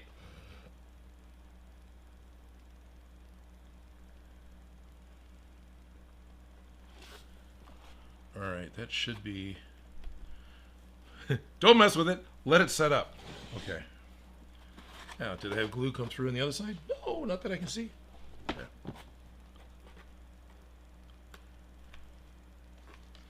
Do have a corner of label that's coming up, so let's see if I can't.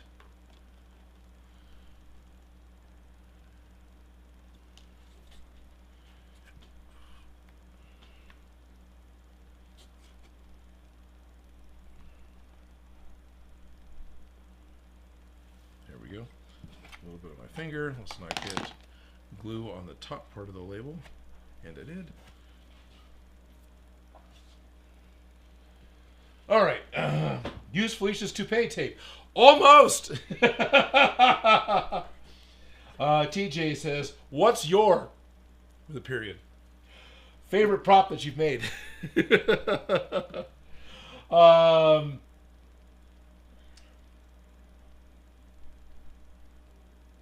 Oh, Orblitz. So, sidestepping the question for a second. Is it the wording about the gun that gets flagged, or is it simply the object itself? It seems to be simply the object itself, especially in William Shakespeare's. He was literally calling it a blaster.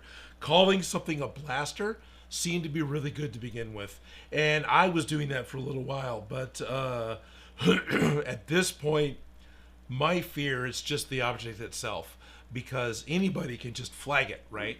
The algorithm looks at it, you get an automated check. There's way too many videos that go up every day for YouTube to actually check them all themselves.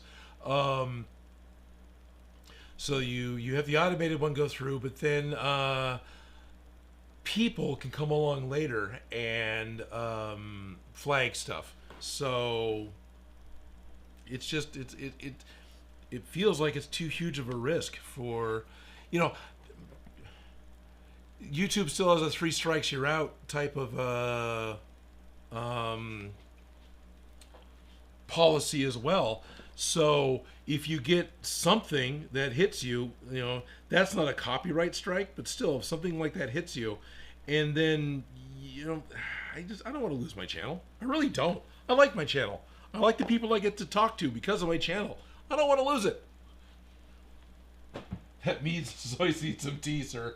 Yes, it does, Schultz. Yes, it does. Got about an hour, and I'll be having some throat coat tea, and I might even add some lemon juice to it. Black cats and white painted stripes.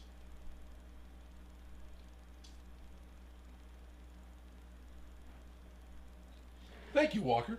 He's saying the Proton Pack is looking really cool so far. You can tell still it's foam.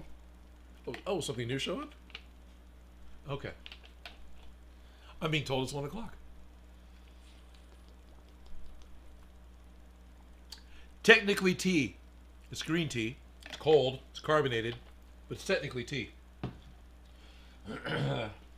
Thank you, Voodoo 1 times. Have you made the wand yet? Or is that next? We've started the wand. And that's in a box. Not super convenient. I think they're there. We started making the wands. Hopefully next week we got some wands that we can just unbox. So I'm looking forward to that. All right.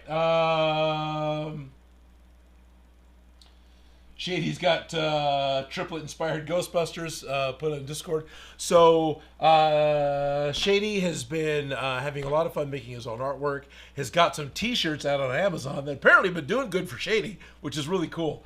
So yeah, if we get a chance, please go ahead and post the link to Shady's shirts in the chat. Let's give him some love. Will Connors, hello everyone. Hello, Will. See you in a week. I'm looking forward to it.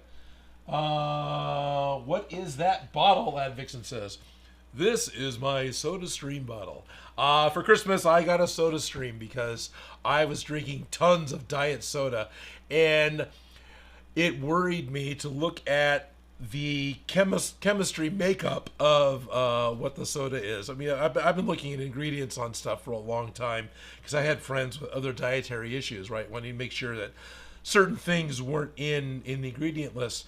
And so some of the things like, sorry, sidetrack.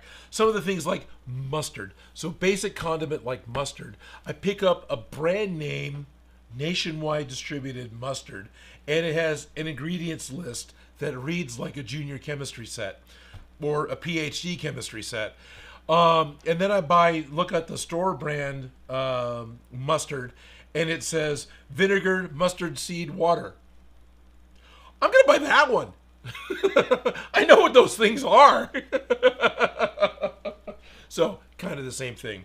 SodaStream versus Diet Coke or Coke Zero, which is what I was drinking heavily. This is just brown rice green tea that I brew up, refrigerate, pour into the bottle, use the SodaStream to give it the carbonation, because that's the biggest thing that I want is the carbonation. And I've been very happy with this since, and still drink 2 or 3 green teas a day. They're carbonated because it makes me happy. Got a happy Mother's Day from Aaron Zachary. Sweet. Will Connors is excited for next week, and he needs to get his act together and finish his costume. Yes, you do it. No, I'm not going to finger waggle anybody. Am I doing a static prop, or am I planning on lights and sounds from Voodoo? It has lights. We want sounds at this point. I bought a electronics board from Etsy that has the blue lights, has the cyclotron lights, has all that. So we've got lights right now. There's no battery in them, but we've got lights. I want to just push and finish the shell of the pack.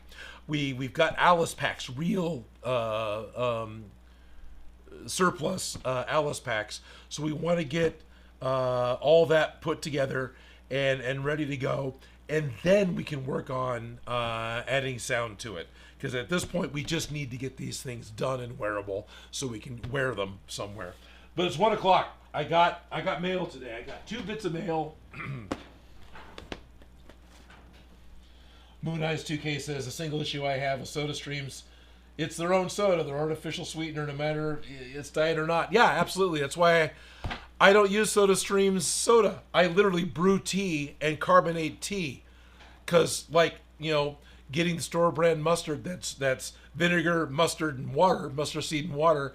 Green tea is green tea, toasted brown rice, and water. Much happier with that. It tastes better. It's cleaner tasting in my mouth, as opposed to the sickly sweet leftover sensations I get from Coke Zero anymore. Mail time.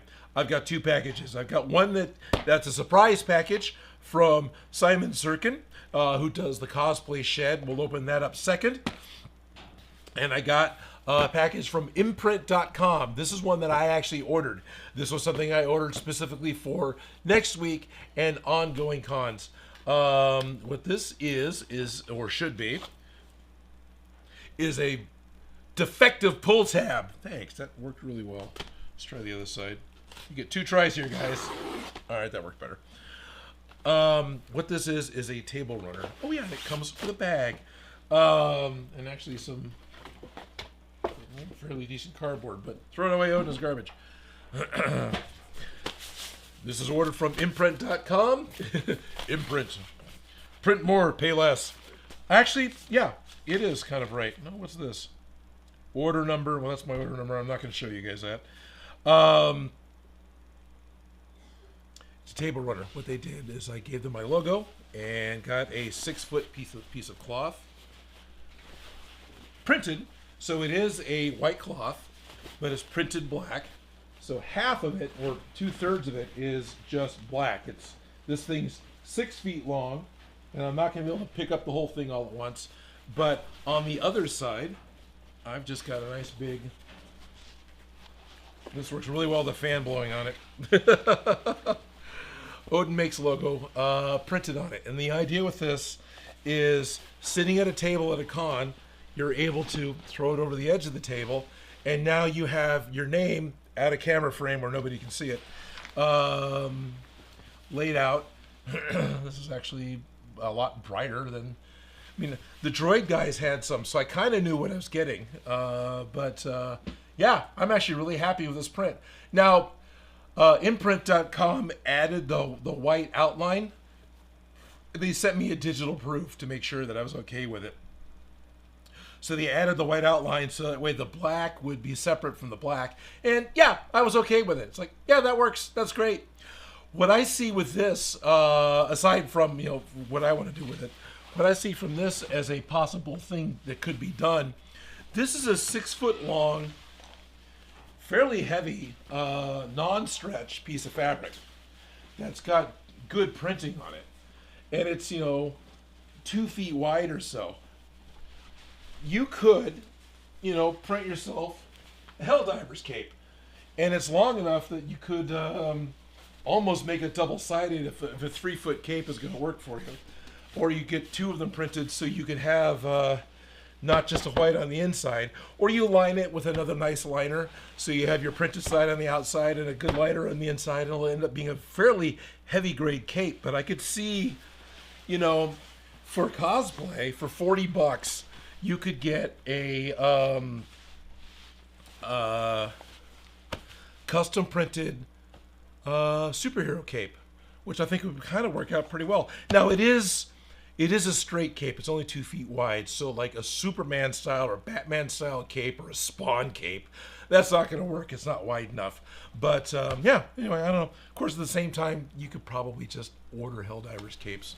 But anyway, I wanted a table runner. I got a table runner, and to be honest, I'm pretty okay with that.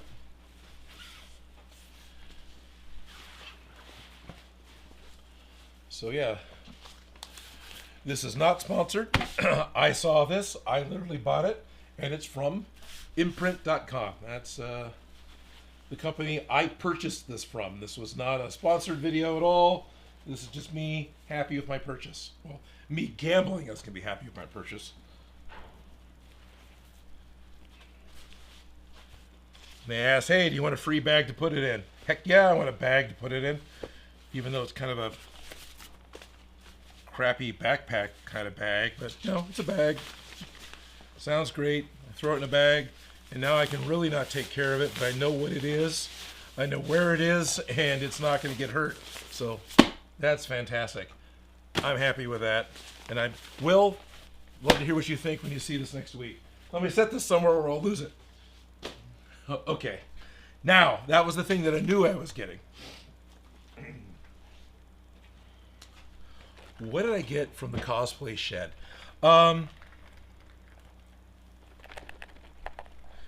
It's got a little bit of noise to it. It's from across the pond, and it says, it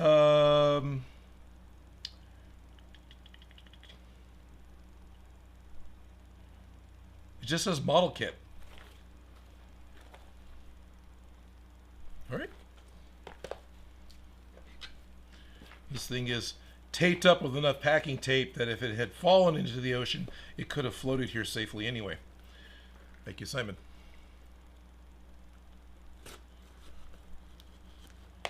How do you know you're not cutting the part that's important? I don't!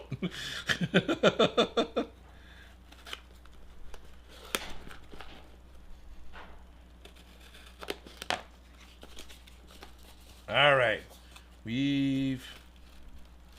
Oh, what's all in here? We got some packing stuff. We got the 3D printed thing. What is this?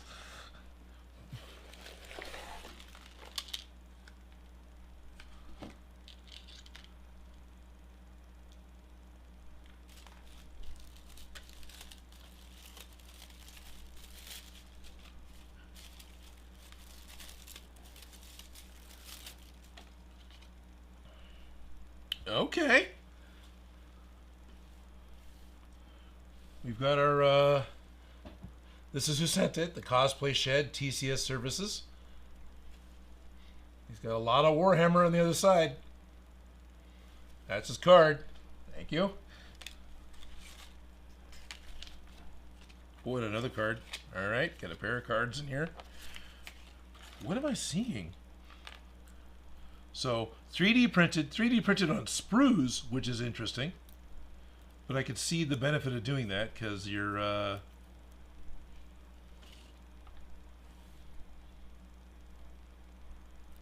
still have some of the rafting, right? When you've got your skirt that goes around. I'm still not sure. I'm pretty good at part recognition, but We got different sizes. These are all kind of the same piece. These may just be greebles. But what does the notes say?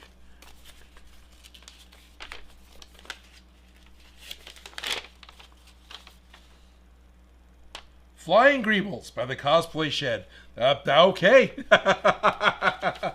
And the artwork, which is totally blown out by the camera and impossible to see, looks like the flying toasters from, you know, forever ago, right? You had the flying toasters screensaver. So that's kind of what it's kind of the feeling I'm getting from this. Does this have wings? I don't see the wings here. But we've got various sizes of the flying greebles. So yeah, they are greebles. They are just little micro greebles. So here's one that's pretty well. These are cool. I'm not gonna lie, these are pretty cool.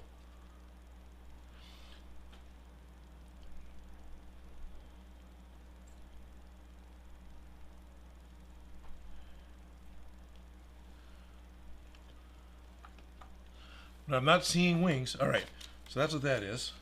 What's this paper say? Sent out, this was written the 28th of April, handwritten note.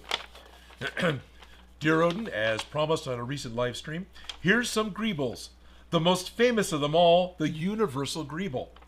Let's face it, every build's got to have one as an inside joke. I'm also included a pair of digital print of an original artwork that I drew. A print of a digital print of an original artwork I drew. On a personal note, I'd like to thank you personally for the advice on my various projects and the entertainment online of YouTube.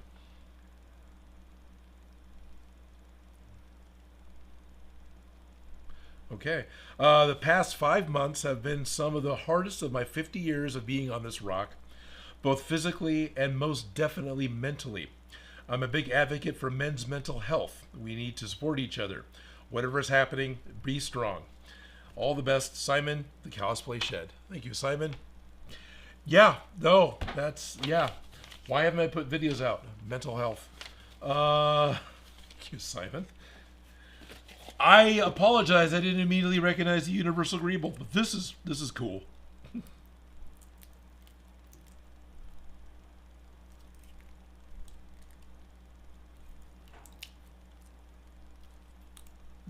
Very, very cool.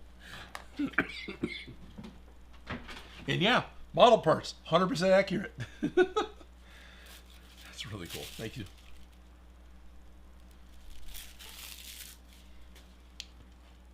The biggest part, anything with like men's mental health, and especially with doing something public facing, is, do you admit to it? Do you talk about it? How do you talk about it? Do you show that you're, you know, there's toxic masculinity where you don't show you're having any kind of a problem. And while I do my best to not have toxic masculinity, you know, I grew up around it, right? I mean, you know. So yeah, I tried to share with you guys. So I mean, these are really cool. I love the fact that you put them on sprues. These are really cool. Thank you. Oh, interesting. You've got them oriented differently too. Like this sprue, they're specifically going to the sides, right? Where you got the, come on, Odin, get it on frame. Be a camera guy. You got the 4 bits. So it's, but this one, which has got one that's fallen off, and I haven't taken the rafting off yet. They're actually attached to what would be the legs of the turtle. This is cool. This is very cool. Thank you. Thank you very much, Simon. The Cosplay Shed. So, absolutely, something was sent in because sharing personal stuff with you guys. So thank you. This wasn't just a grab at from Simon to try and get his name in front of other people, but yeah, that happened. that is a side effect. No, this is. I know I'm putting him back in the box. I gotta put him somewhere for right now. This is very cool. not something I think about. The universal Greeble. That is really cool. I keep saying that. I don't know what else to say. This is the fact that somebody bothered to 3D print this and then send it to me from another country. You guys are fantastic. I really enjoy my viewers. I enjoy doing the live stream to get to talk to you guys. The fact that I know right now I'm talking to people in the Netherlands. I'm talking to people in Ireland. I'm talking to all sorts of people in Europe. I'm talking to people on the East Coast. As, you know, 70s, 80s kid where you had the phone on the wall and that was all you had for talking to anybody in any distance. And I had a great enjoyment in looking at encyclopedias. Remember what those are? The encyclopedia is basically a biased version of the internet in book form. And I could flip through those, and I enjoyed looking at the maps and the shapes the land made because the water had cut through it and stuff like that. And so now I'm talking to people in these different areas. That's really cool. Thank you.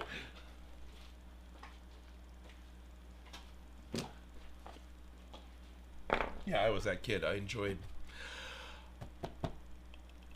maps, and I enjoyed you know, the look of maps. I don't know how to put it. Maps. Yeah, I like maps. How do I say geography? You know, of the countries, the way stuff looked, the way the buildings looked, the way the people dressed, the way culture, I guess is a way of putting it.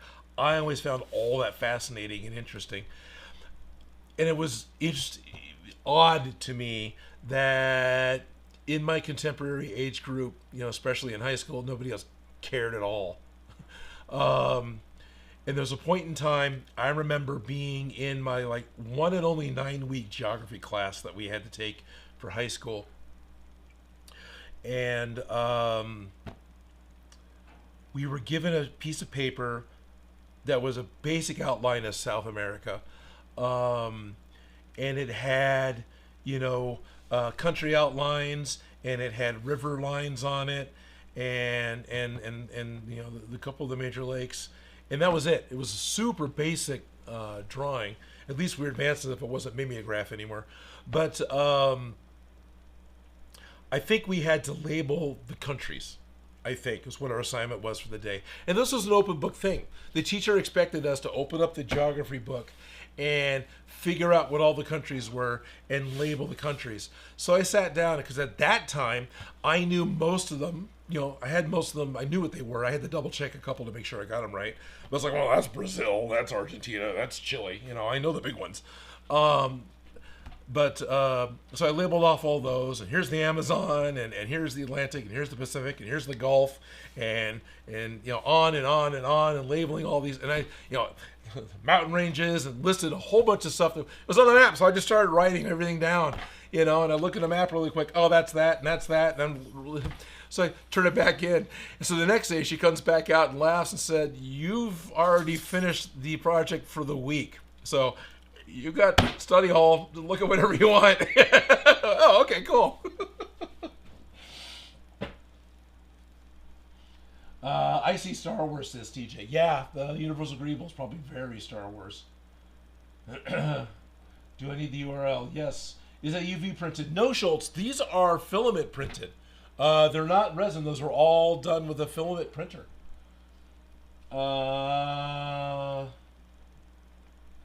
Yeah, Schultz Division says, you know, guys have feelings too, you know. Important stuff. Yeah.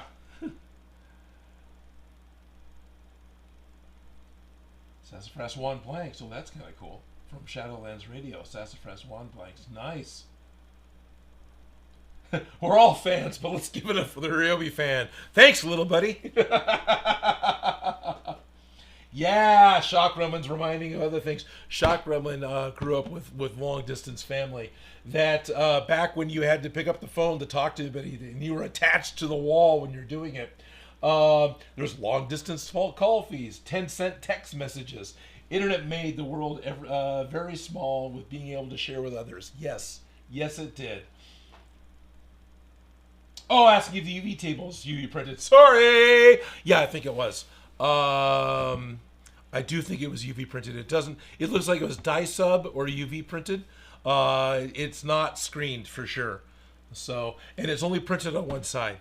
right? So whatever man-made material, because that's not cotton, that's a plastic material. Whatever it is, the site may specifically say, but I saw the chopper and table runner, and I saw the R2D2 table runner that the droids had, and I didn't care. It's like, oh, that's what it looks like. That's bright and vibrant, and that's fine. I don't want that. So I plan on doing this. I won't be taking a mat to Creators Con, but I can lay the table runner over the table and put the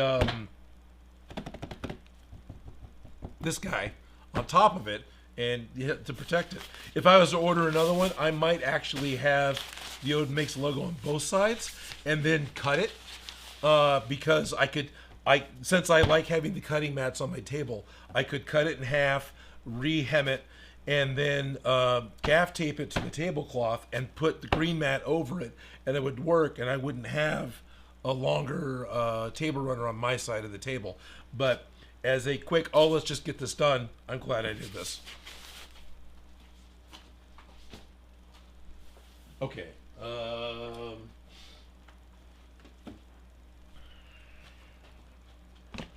are we trying to do next?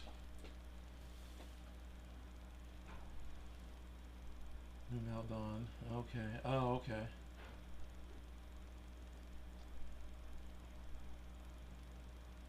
Yeah.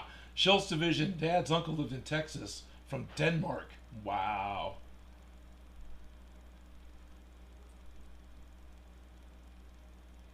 Oh, okay, cool. Shadowlands Radio is talking about the sassafras tree in their backyard.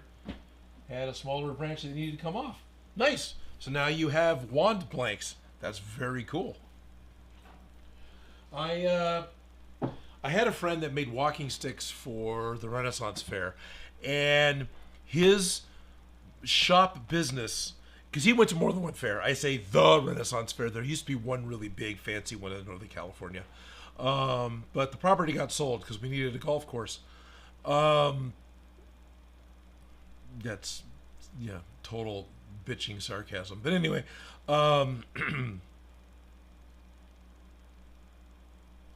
he would, every year, he had different places he could go to collect the different branches from different trees in order to make his walking sticks and to make pens and a few other things that he would do. So he's able to go out and get his willow and get his whatever it was, all the different, twigs bent that he would go and collect. And he would come back with, because he'd be gone for months, and come back with, huge bundles of sticks. They've got a fun name. Bundle of Six has got a fun name, which would then be cleaned up and sanded and stained and turned into all sorts of walking sticks with a leather wrist strap. And guy did great work. Totally belonged selling at Renaissance fairs like he did. Hey, Austin Lips. Yeah. 70 hands today, Rascal, Frassel, Sassafras, Rabbit. Oh, sweet. Schultz Vision says, speaking of golf courses, the company I work for is about to hit the American market with organic fertilizers for professional sports turf. Cool. Austin Lips, how's your day? What did I miss? I had a recap of cons. I put another ribbon cable on. I just opened up a couple of things. Hey, Austin, thanks for joining us. Okay, I need to look at my reference photos because I would like to put something else in these packs. I got half an hour. I know I can do more.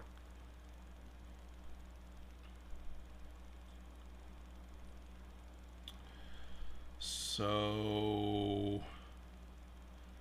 okay. What? I can actually do a lot of this, can't I?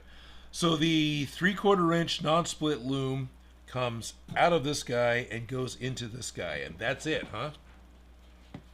So I'm just going to come out of this, loop up and into this with the 3/4 inch loom. Let's do that. Let's do that.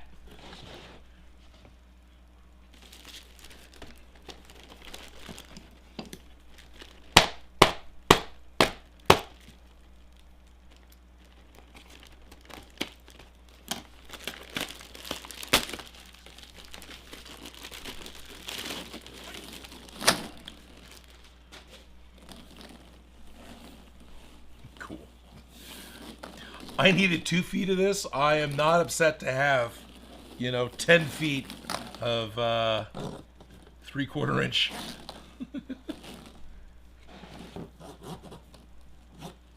Okay, that is all it does. All right. Once again, looks like I'm going to need some gaff tape to increase the diameter of this. So it just goes from here.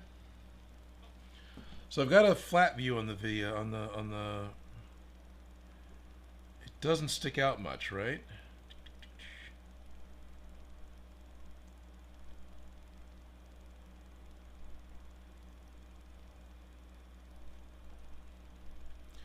Here, everyone, let's watch Odin scroll on his phone. Oh, this is the best live stream ever. Look at the old guy scrolling his phone.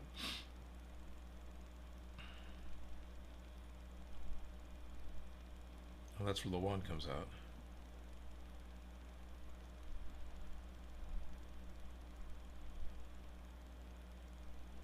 I guess, yeah, I will need more how this is what the wand's attached with. Huh. Don't have a profile that I'm seeing. Well, it doesn't stick out much. It's pretty flat. It comes out and it gets bent down and goes over pretty quick. Okay.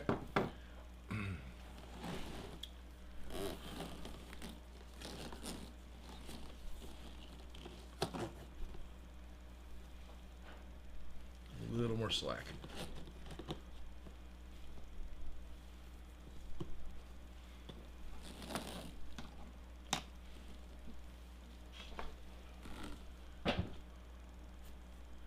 Don't cut your finger.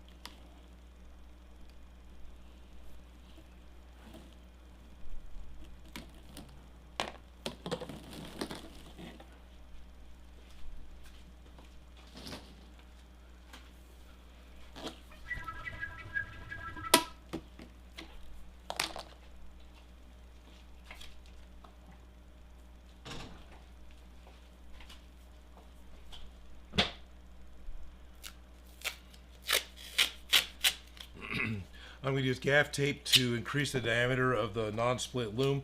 You don't have to use gaff tape. It happens to be a black tape that I've got. Electrical tape would work fine. Duct tape would work fine. Blue tape would work fine if you just want to put a little bit of black around the end of it so you don't see blue down inside the hole. Yeah, hot glue would work fine. You could get some Gorilla Glue down in there that expands. That would work fine. I'm just doing this because I've got it. I'm used to doing it doing something like this. So this is the way I want to do it. But basically, I've got just a couple of wraps of gaff tape, and I'm going to add a small piece that isn't even a full wrap, just to make the diameter of the tube a little bit bigger, so it's a snugger fit. Yeah, that's it. Inside of the PVC pipe.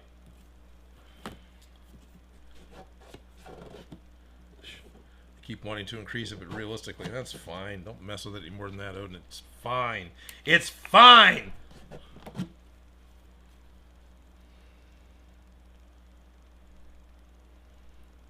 Watch every Ghostbuster out there is currently screaming at me. Don't glue it in yet! You need to get this other part done first! Oh, you're going to regret that! That's going to suck!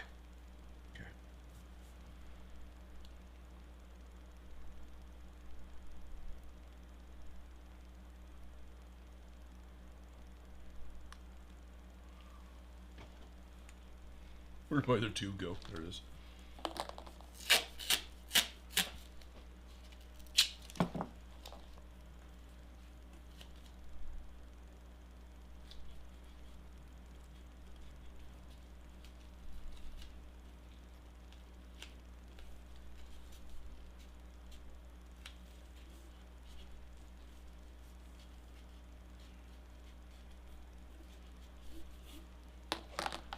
giving that a second to rest.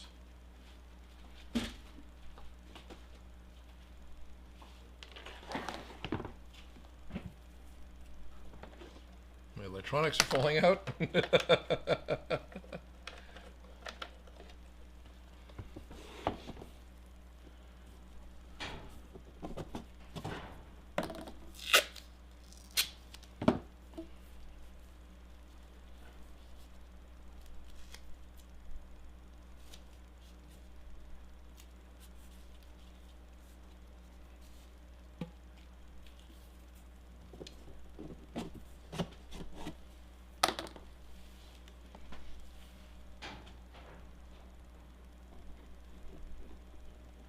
So a little bit on the end, I'll just put it down the walls. There we go. Now I can... So I've got a bend. I want to make sure I kind of have that. I don't want to work against the bend. I didn't quite pay attention to the other one, but I want to here with this one a little bit.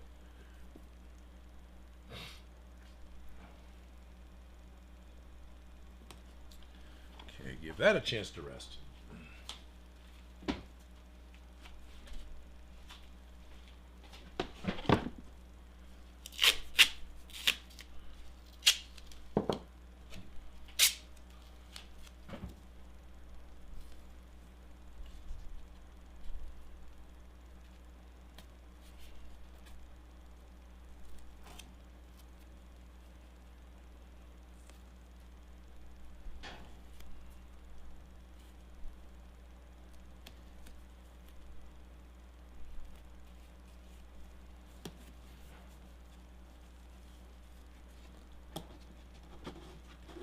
A little more. Saw some movement here. Elder Scrolls.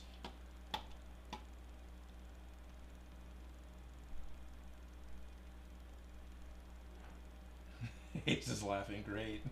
Just ran around with backyard hose with a mower. Oh, didn't cut up the hose, but the metal bit is gone. Well, you can't attach anything to the hose now. It's just a tube that emits water, right? That's fine.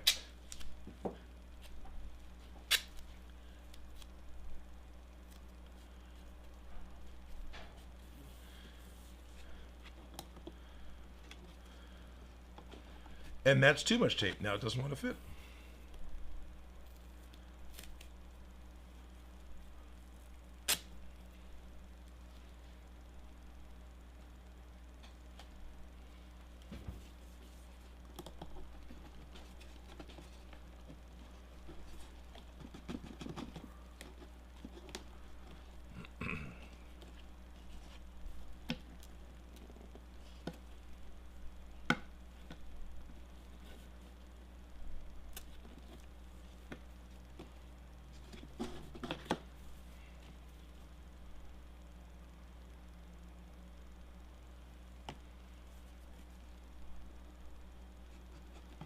But aren't you just putting super glue on tape? Yeah. I just need to have it not come out.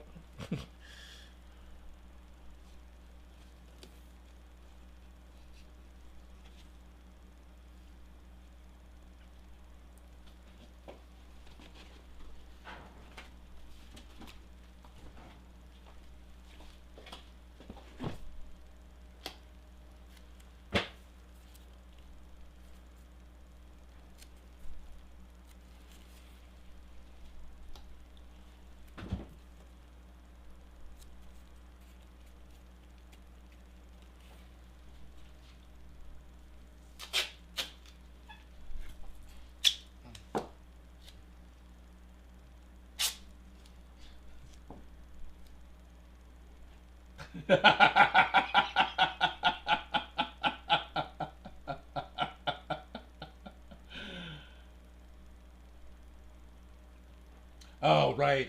So I'm laughing because Lewis is like, don't glue that in yet. It's going to suck.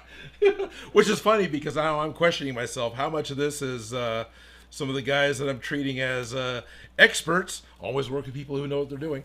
How much he's actually telling me, no, don't do that. That's going to suck. Versus, he's just telling me what I said, I was expecting to hear.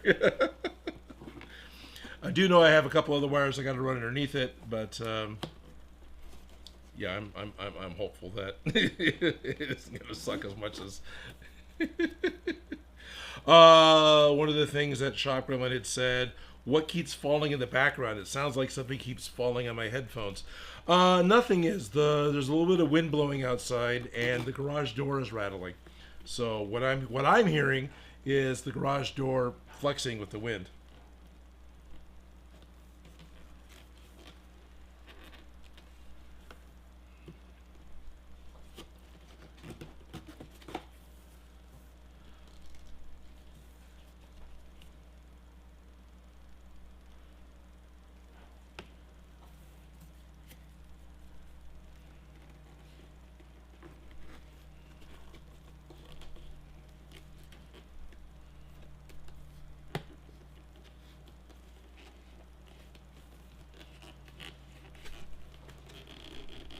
That actually took really fast. All right. Now I've got some of the other tubes. How are we doing on time? Okay. Got some of the other tubes. What are we doing next?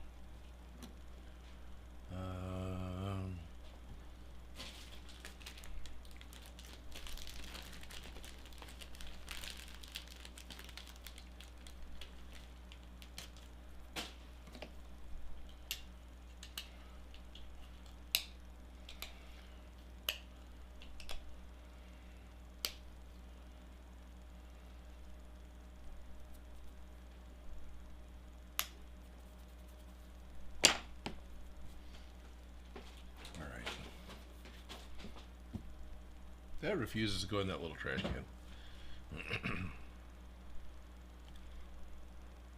I'm seeing the small...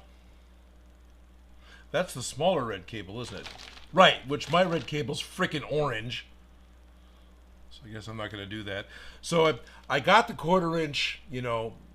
This is Amazon. I didn't buy it from Ghostbusters fans. But I got the 1/4 inch red tubing that is okay red. This is... You know, it's on the phone. It's red. This isn't the same red as the sticker, so it isn't like... This is an okay Hellboy red, but this isn't a good red.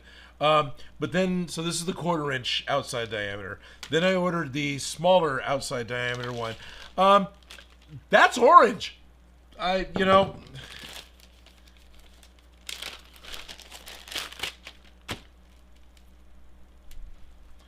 Anybody? I'm up for somebody telling me that I'm wrong.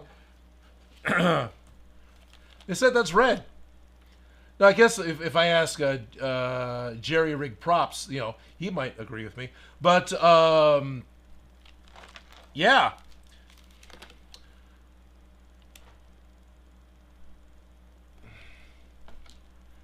I don't even see this as fluorescent red. This is just orange. Yeah. Orange is on the red spectrum, I guess, but... So, I need to get a different... need to try harder. So, I won't be putting that one on today. What can I put on today? Which, unfortunately, are the two that goes underneath this hose. So I got that 1/4 inch piece that comes off from here, goes underneath next to this, and goes in up here.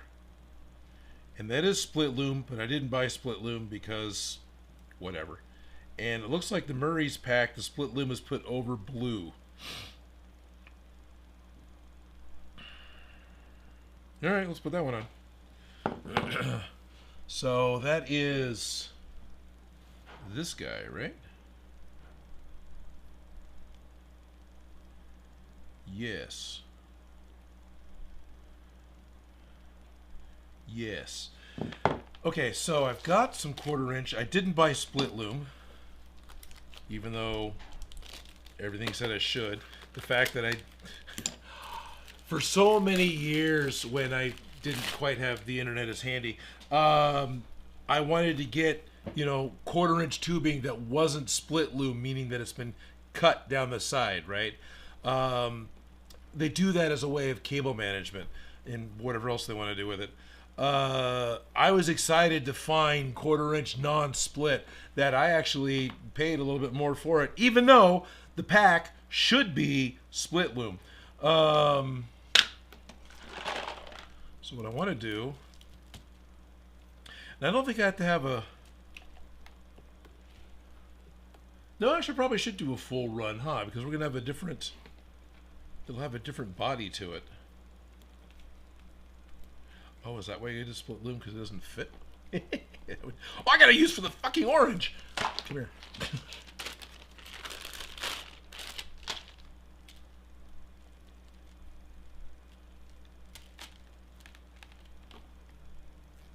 Is that going to help? Did I give it a little more body? Yeah, it does, actually. It gives it a bit more rigidity. I might do that.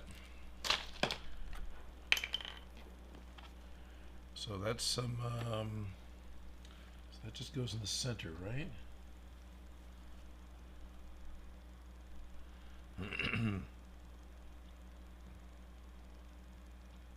Yeah, off of that one, which is heavily sanded here, it goes, okay.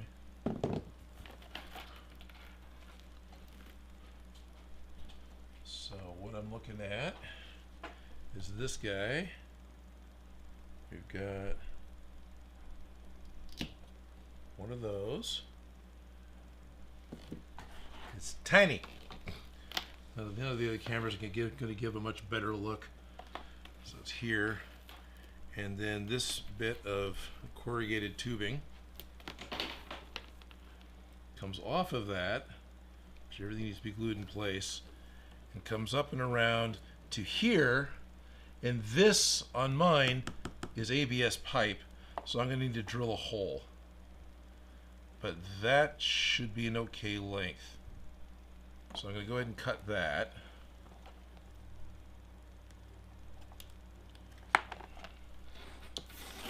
If I let go, it'll fall off the table and I won't see it for a while.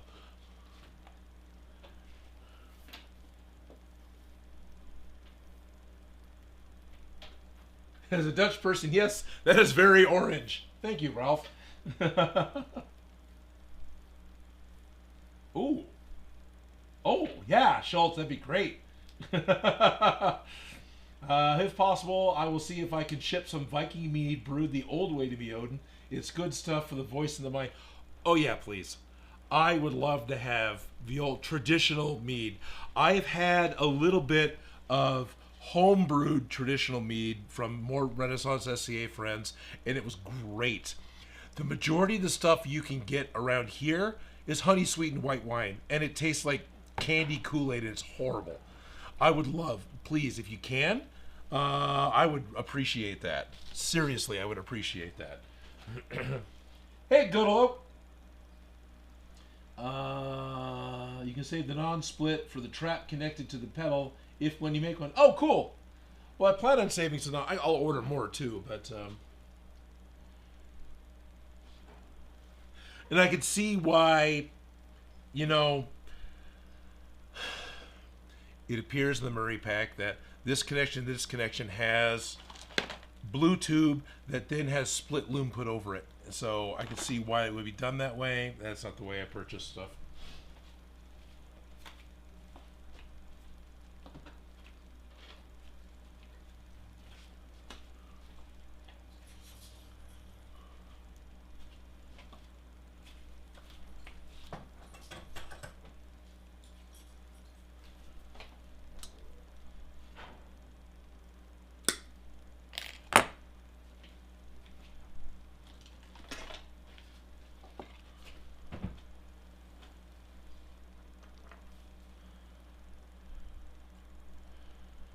Wants to go in there, so I'm going to go ahead and these are the resin printed parts from the Q pack, and I've got a bit of coat hanger that I glued into the bottom of it to just turn it into kind of like a thumbtack. Well, I'm going to go ahead and cut a smaller piece and put it if I look at what I'm doing instead of the monitor, uh, and I'll put it in there as an additional bit of wire to help hold the tube on. So I'm going to cut this, and I'll probably put tape on it again because, you know, that's what I like to do. Because that's worked for me in the past. I don't see why that wouldn't work again for me now. If you bend it before you cut it, you have a longer length of wire, and it's easier to bend.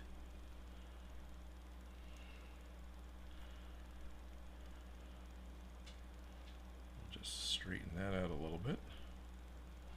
The beans out here reminding me that it's time to go in and get lunch.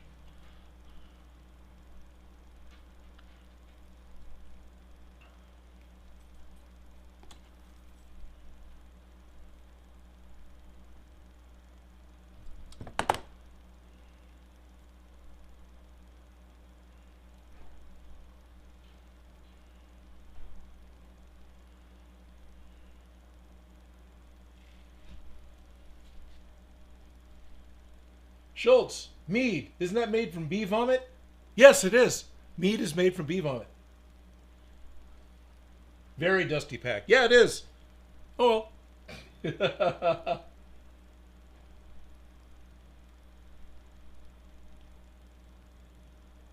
What?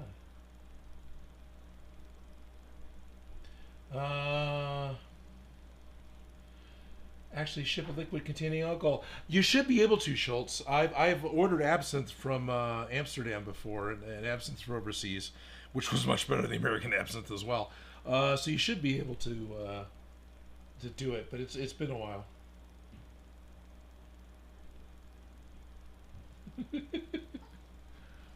Okay.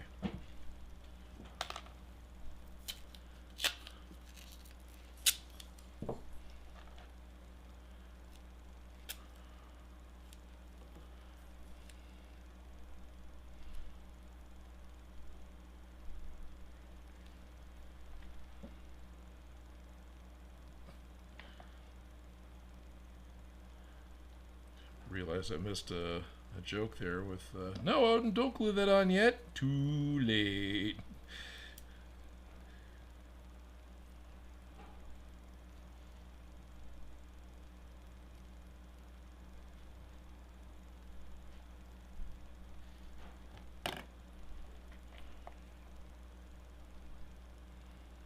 That's just a tiny bit too much. It's enough for glue to take.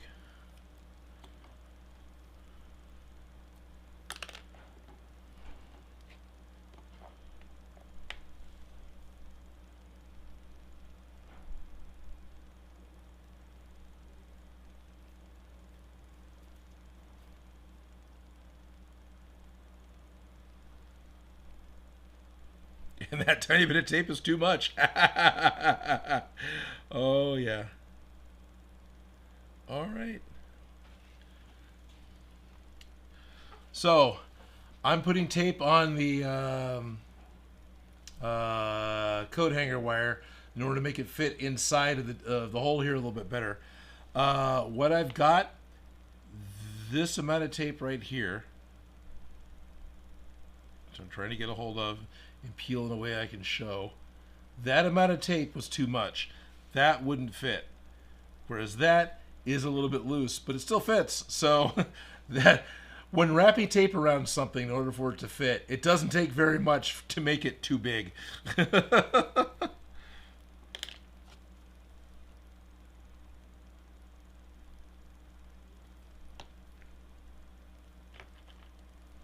This is just going to gloop out, isn't it? Because that is a...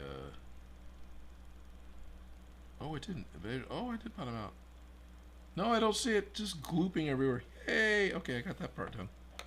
No, I suppose what I need to do is cut this. And do it again! But not in a close-up.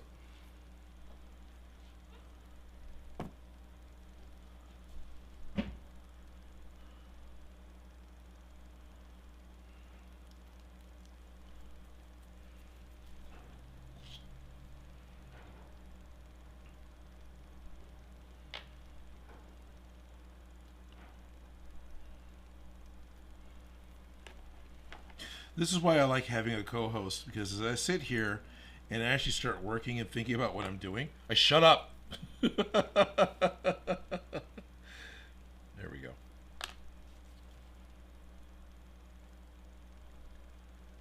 So by having a co-host, having someone else here that can be part of this,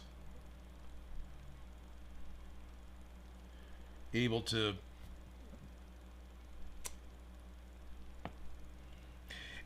do and have talking interaction with all of you at the same time.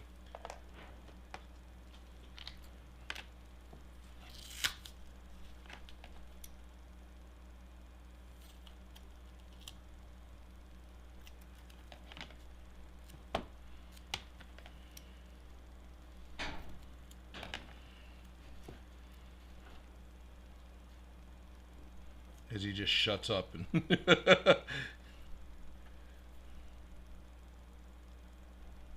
well, an inch of tape is just too much. Okay.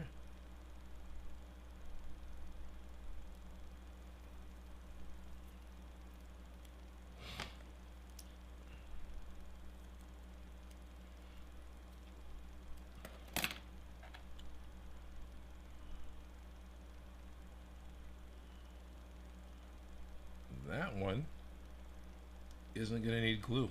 That's fine. All right, I need a snip of wire.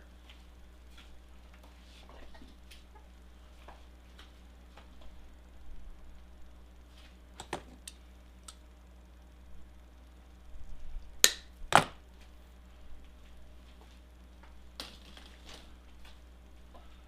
course, I got a piece that's bent.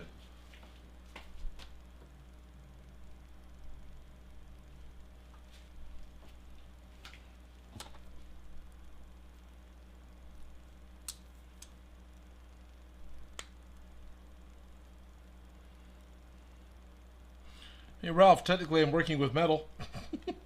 It's crappy coat hanger, but it's metal.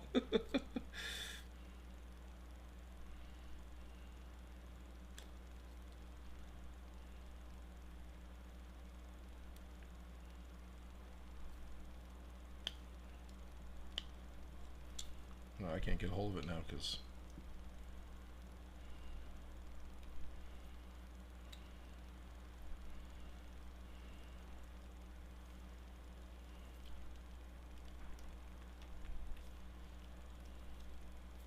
that'll be fine.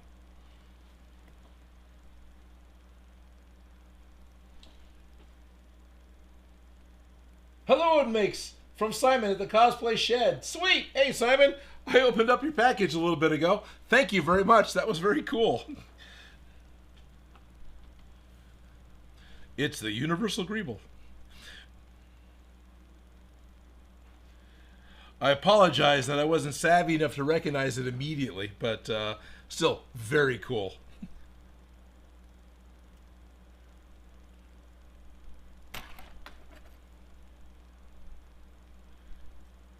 And I do believe I've seen the tested episode with Adam talking about that.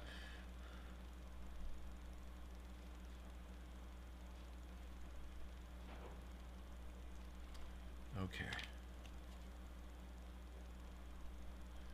And very fitting while I'm trying to do a bunch of greebles on the Ghostbusters pack. Alrighty. I didn't have that bend quite the right way for any of them. Now walk over here again. There we are. I do have pliers over here. That I did. Walk over here to grab pliers because, you know, that's what I wanted to do last time and failed.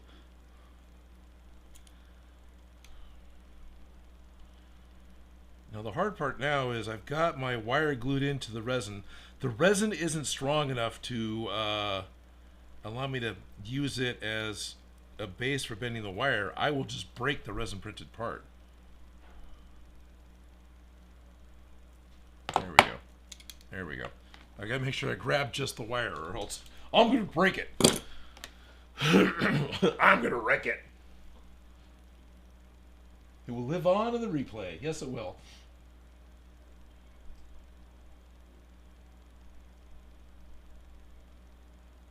Metal! Ah!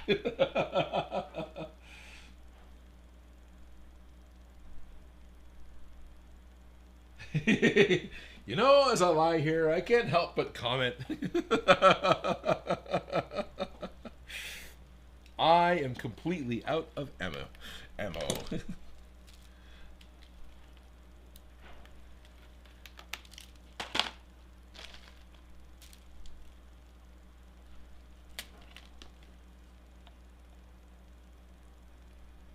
Oh yeah, that's gonna work really well. And then if I put this over the, it will give that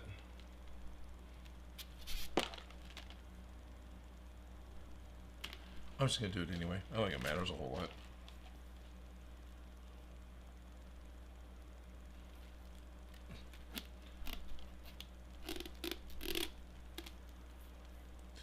Oh, so it was all out. It was all I hear. I was wondering that would have been need to know information. We weren't denied. Need to know information. Me trying to remember the Burt cover line that Ad Vixen's remembering. Come on, Odin, you just claim it's one of your favorite movies. All I gotta do is, you know.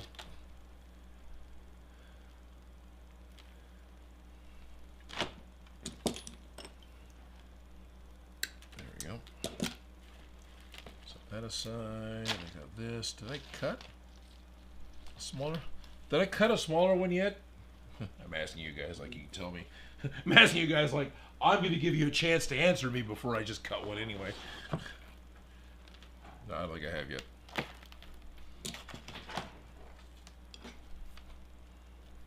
Oh, the black one fits great.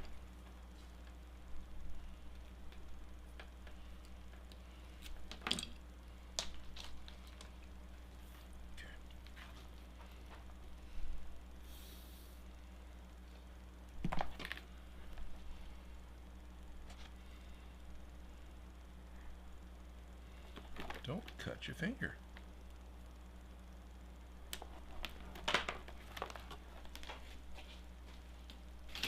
I am going to need more of that because I see it's used at the base of a lot of stuff.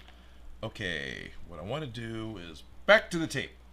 Do I have a little piece of tape? I do not have a little. I have a little piece of tape. Scissors. Odin just cut one. Yes, yes, I did. Live on screen. Who are you gonna call? Janine Melnick.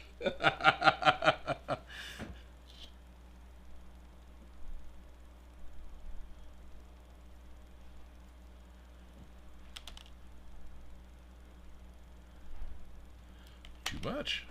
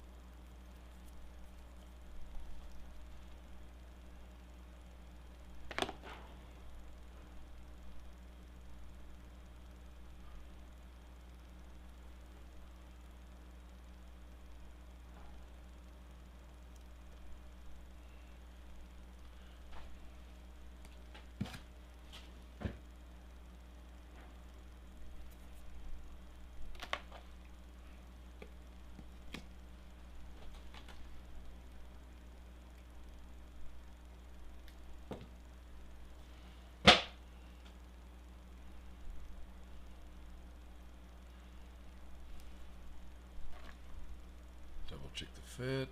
Yeah, that'll be fine because this is crushed slightly from the way I cut it. Oh yeah, that's fine. Okay. Make sure I thread this on first.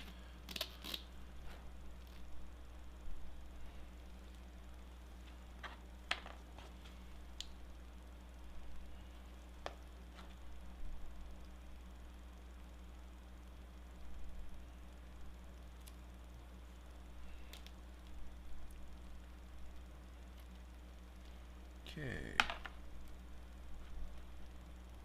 Kind of a bummer I didn't do that a little better, but that's alright.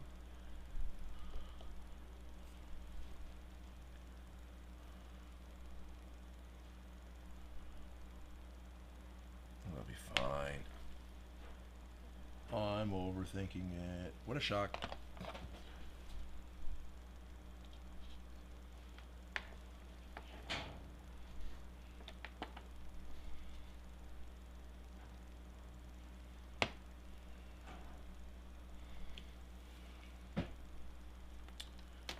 Okay, I'm going to need something to measure with. Got that. I'm going to need something to measure. Got that. So use the calipers, 0. And I'm 1 inch is good. I'm going to go here. And I'm at 0.07 inches. What a weird freaking. All right.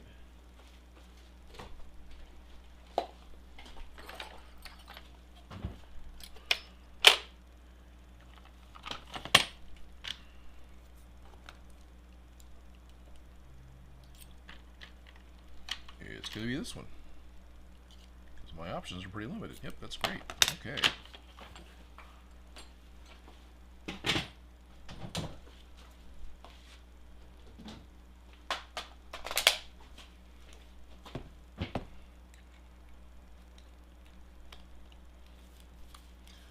Okay, before I drill a hole, double check. It's 2 o'clock. This will be the last thing I'll be doing today.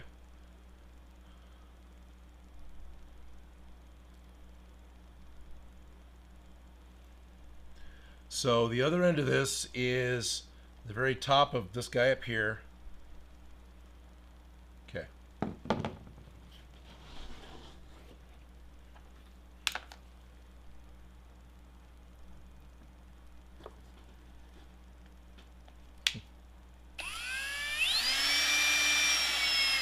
No, don't put that on yet. You'll regret it. Okay. Actually, I should probably drill the other pack now while I'm thinking about it.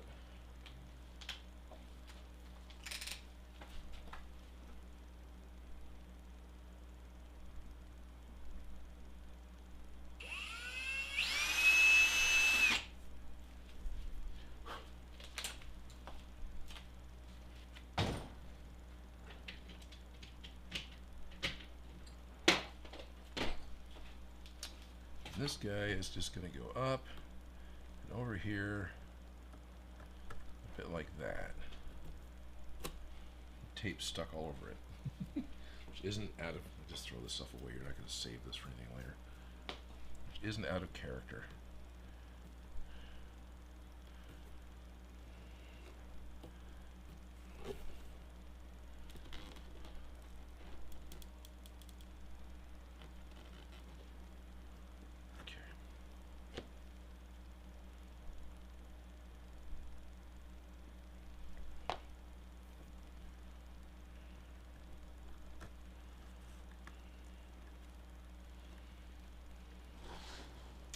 More tubes. All right, what we got here now? You're not going to use your drill press for that? Thank you, Mighty Guitar Mods. I am going to use the drill press on the Alice packs and some of the things where I need to do. Yeah.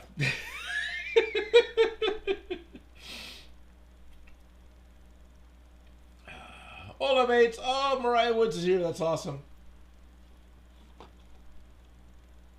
As his mother would say, he'll eat when he's hungry. Yeah. Janine Melnitz, yeah. Sweet. Oh, yeah, happy that. Hey. Cut twice, measure once. Oh, yeah. Been there.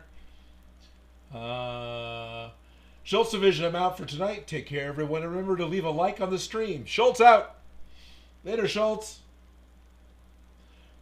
Mr. Spy's here. Hi, Mr. Spy. Indian Blues. Always remember to cut properly before measuring. That's right. Yep, basically. So, yeah. Progress. Not from my voice, but,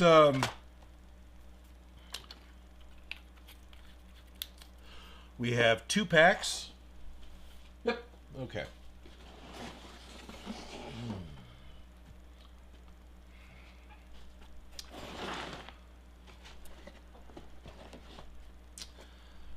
So, this was last week's because the ribbon cable is not in contact with this part. So this is the one that we did last time or the time before. I think it was just last time.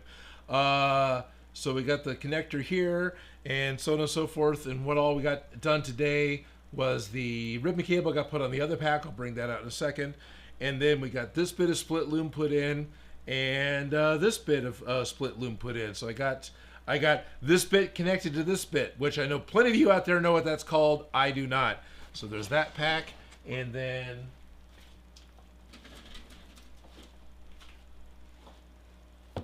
there's this guy, which also has the small bit of brass rod in place, but we've also got the non-split loom put in place, and then this entire ribbon cable was put in. So next week, next stream, I'll get this other one put together and put on, and hopefully I'll get some replacement for my red tubing. Thank you, guys. Maybe not. I think I was pretty limited on choices. I'm not quite sure how I'll go about fixing that yet, because there's a ton of that runs from here up and somewhere else. There's like the little one that goes in here that I can see. Anyway, I need more of that stuff. What I really need right now is some hot lemon tea and to stop talking on the camera quite so much. Thank you very much, Ryobi, for sending me my best fan club. It's been blowing all day. Much appreciated. The packs look sick as fuck. Thank you, Mariah. Mr. Spy is back with a hi. Yep. And, well, I'm thinking, the plan is to be, thank you to, A says, thank you to Shock Gremlin and Dan Does Junk for being the ever-present awesome mods that you both are. Yeah, no, seriously.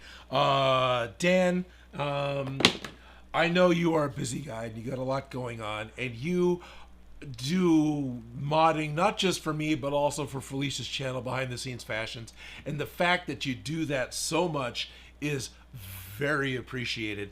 And you're an engaged mod, and Shock Robin as well is an engaged mod. You don't just sit there and lurk with the band hammer waiting to spank people. You actually communicate and talk to the people and are part of the live stream.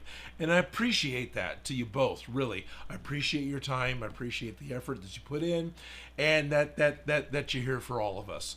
Gonna be back in 2 weeks. I'll be able to talk about Creators Con. Gonna be able to talk about how you hung out with Will Connors again. Get to see his finished cosplay that he's currently crunching. So for all of you who join later, next Saturday I'm gonna be in Colorado Springs, Colorado, all day Saturday. It's like 9 a.m. to 9 p.m. It's a long one-day con. And it's called Creators Con, and that's creators with a possessive apostrophe S, right? So it's not plural. It's a con that belongs to creators. Their best presence is on Facebook. So if you can, look it up on Facebook. They will have exactly where it's taking place. It's in Colorado Springs. I do not remember specifically where it's taking place. I've never been, so it makes it kind of harder for me to say, oh yeah, it's at that one place. It's across the street from the other place. Although that's more than likely accurate. Anyway, excited to see all you guys there. And a week after that, so that's the late teens. That's like 17, 18, whatever the heck Saturday is going to be. The weekend after that, which is, I think it's Memorial Day weekend. No, it's a week before Memorial Day weekend. Going to be doing another live stream. Hopefully Felicia can make it. We'll both be here, and we'll open up some more fantastic packages that Louis Causey had sent us a little while ago, but it hasn't worked out that we've been able to open them up on air in tandem yet. So see you all again in 2 weeks. If you want to talk to us beforehand, if you're not going to be in the Colorado area and you want to be able to talk to me or Shock Lemon or Dan or Felicia, heck, half the people in the chat room here, please check out patreon.com/Odin Makes. We have a private Discord, and we are all accessible on that Discord and often do goofy things. Just, we show off what we're working on. We ask for help with what we're working on. We show pictures of where we've been at our cons, and in general, just get to talk to each other and share our creative love of the art. So please, if you'd love, I'd like to have you as be part of it, and that's going to be Discord. That's going to be patreon.com/Odin Makes. And if you join at the Discord level, you'll have full access to all that stuff. Thank you all very much. I will talk to you again right here in 2 weeks. Where's my mouse? There it is. A lot of great talent on the Discord. Yeah, there is. There's a lot. Cosplay Shed, I'll be here. Odin Makes sweet. Best cure for voice: whiskey, lemon, and bee vomit. Gotcha, Lewis. I've got some bourbon. Maybe I'll try some bourbon. Bourbon sounds like a good plan.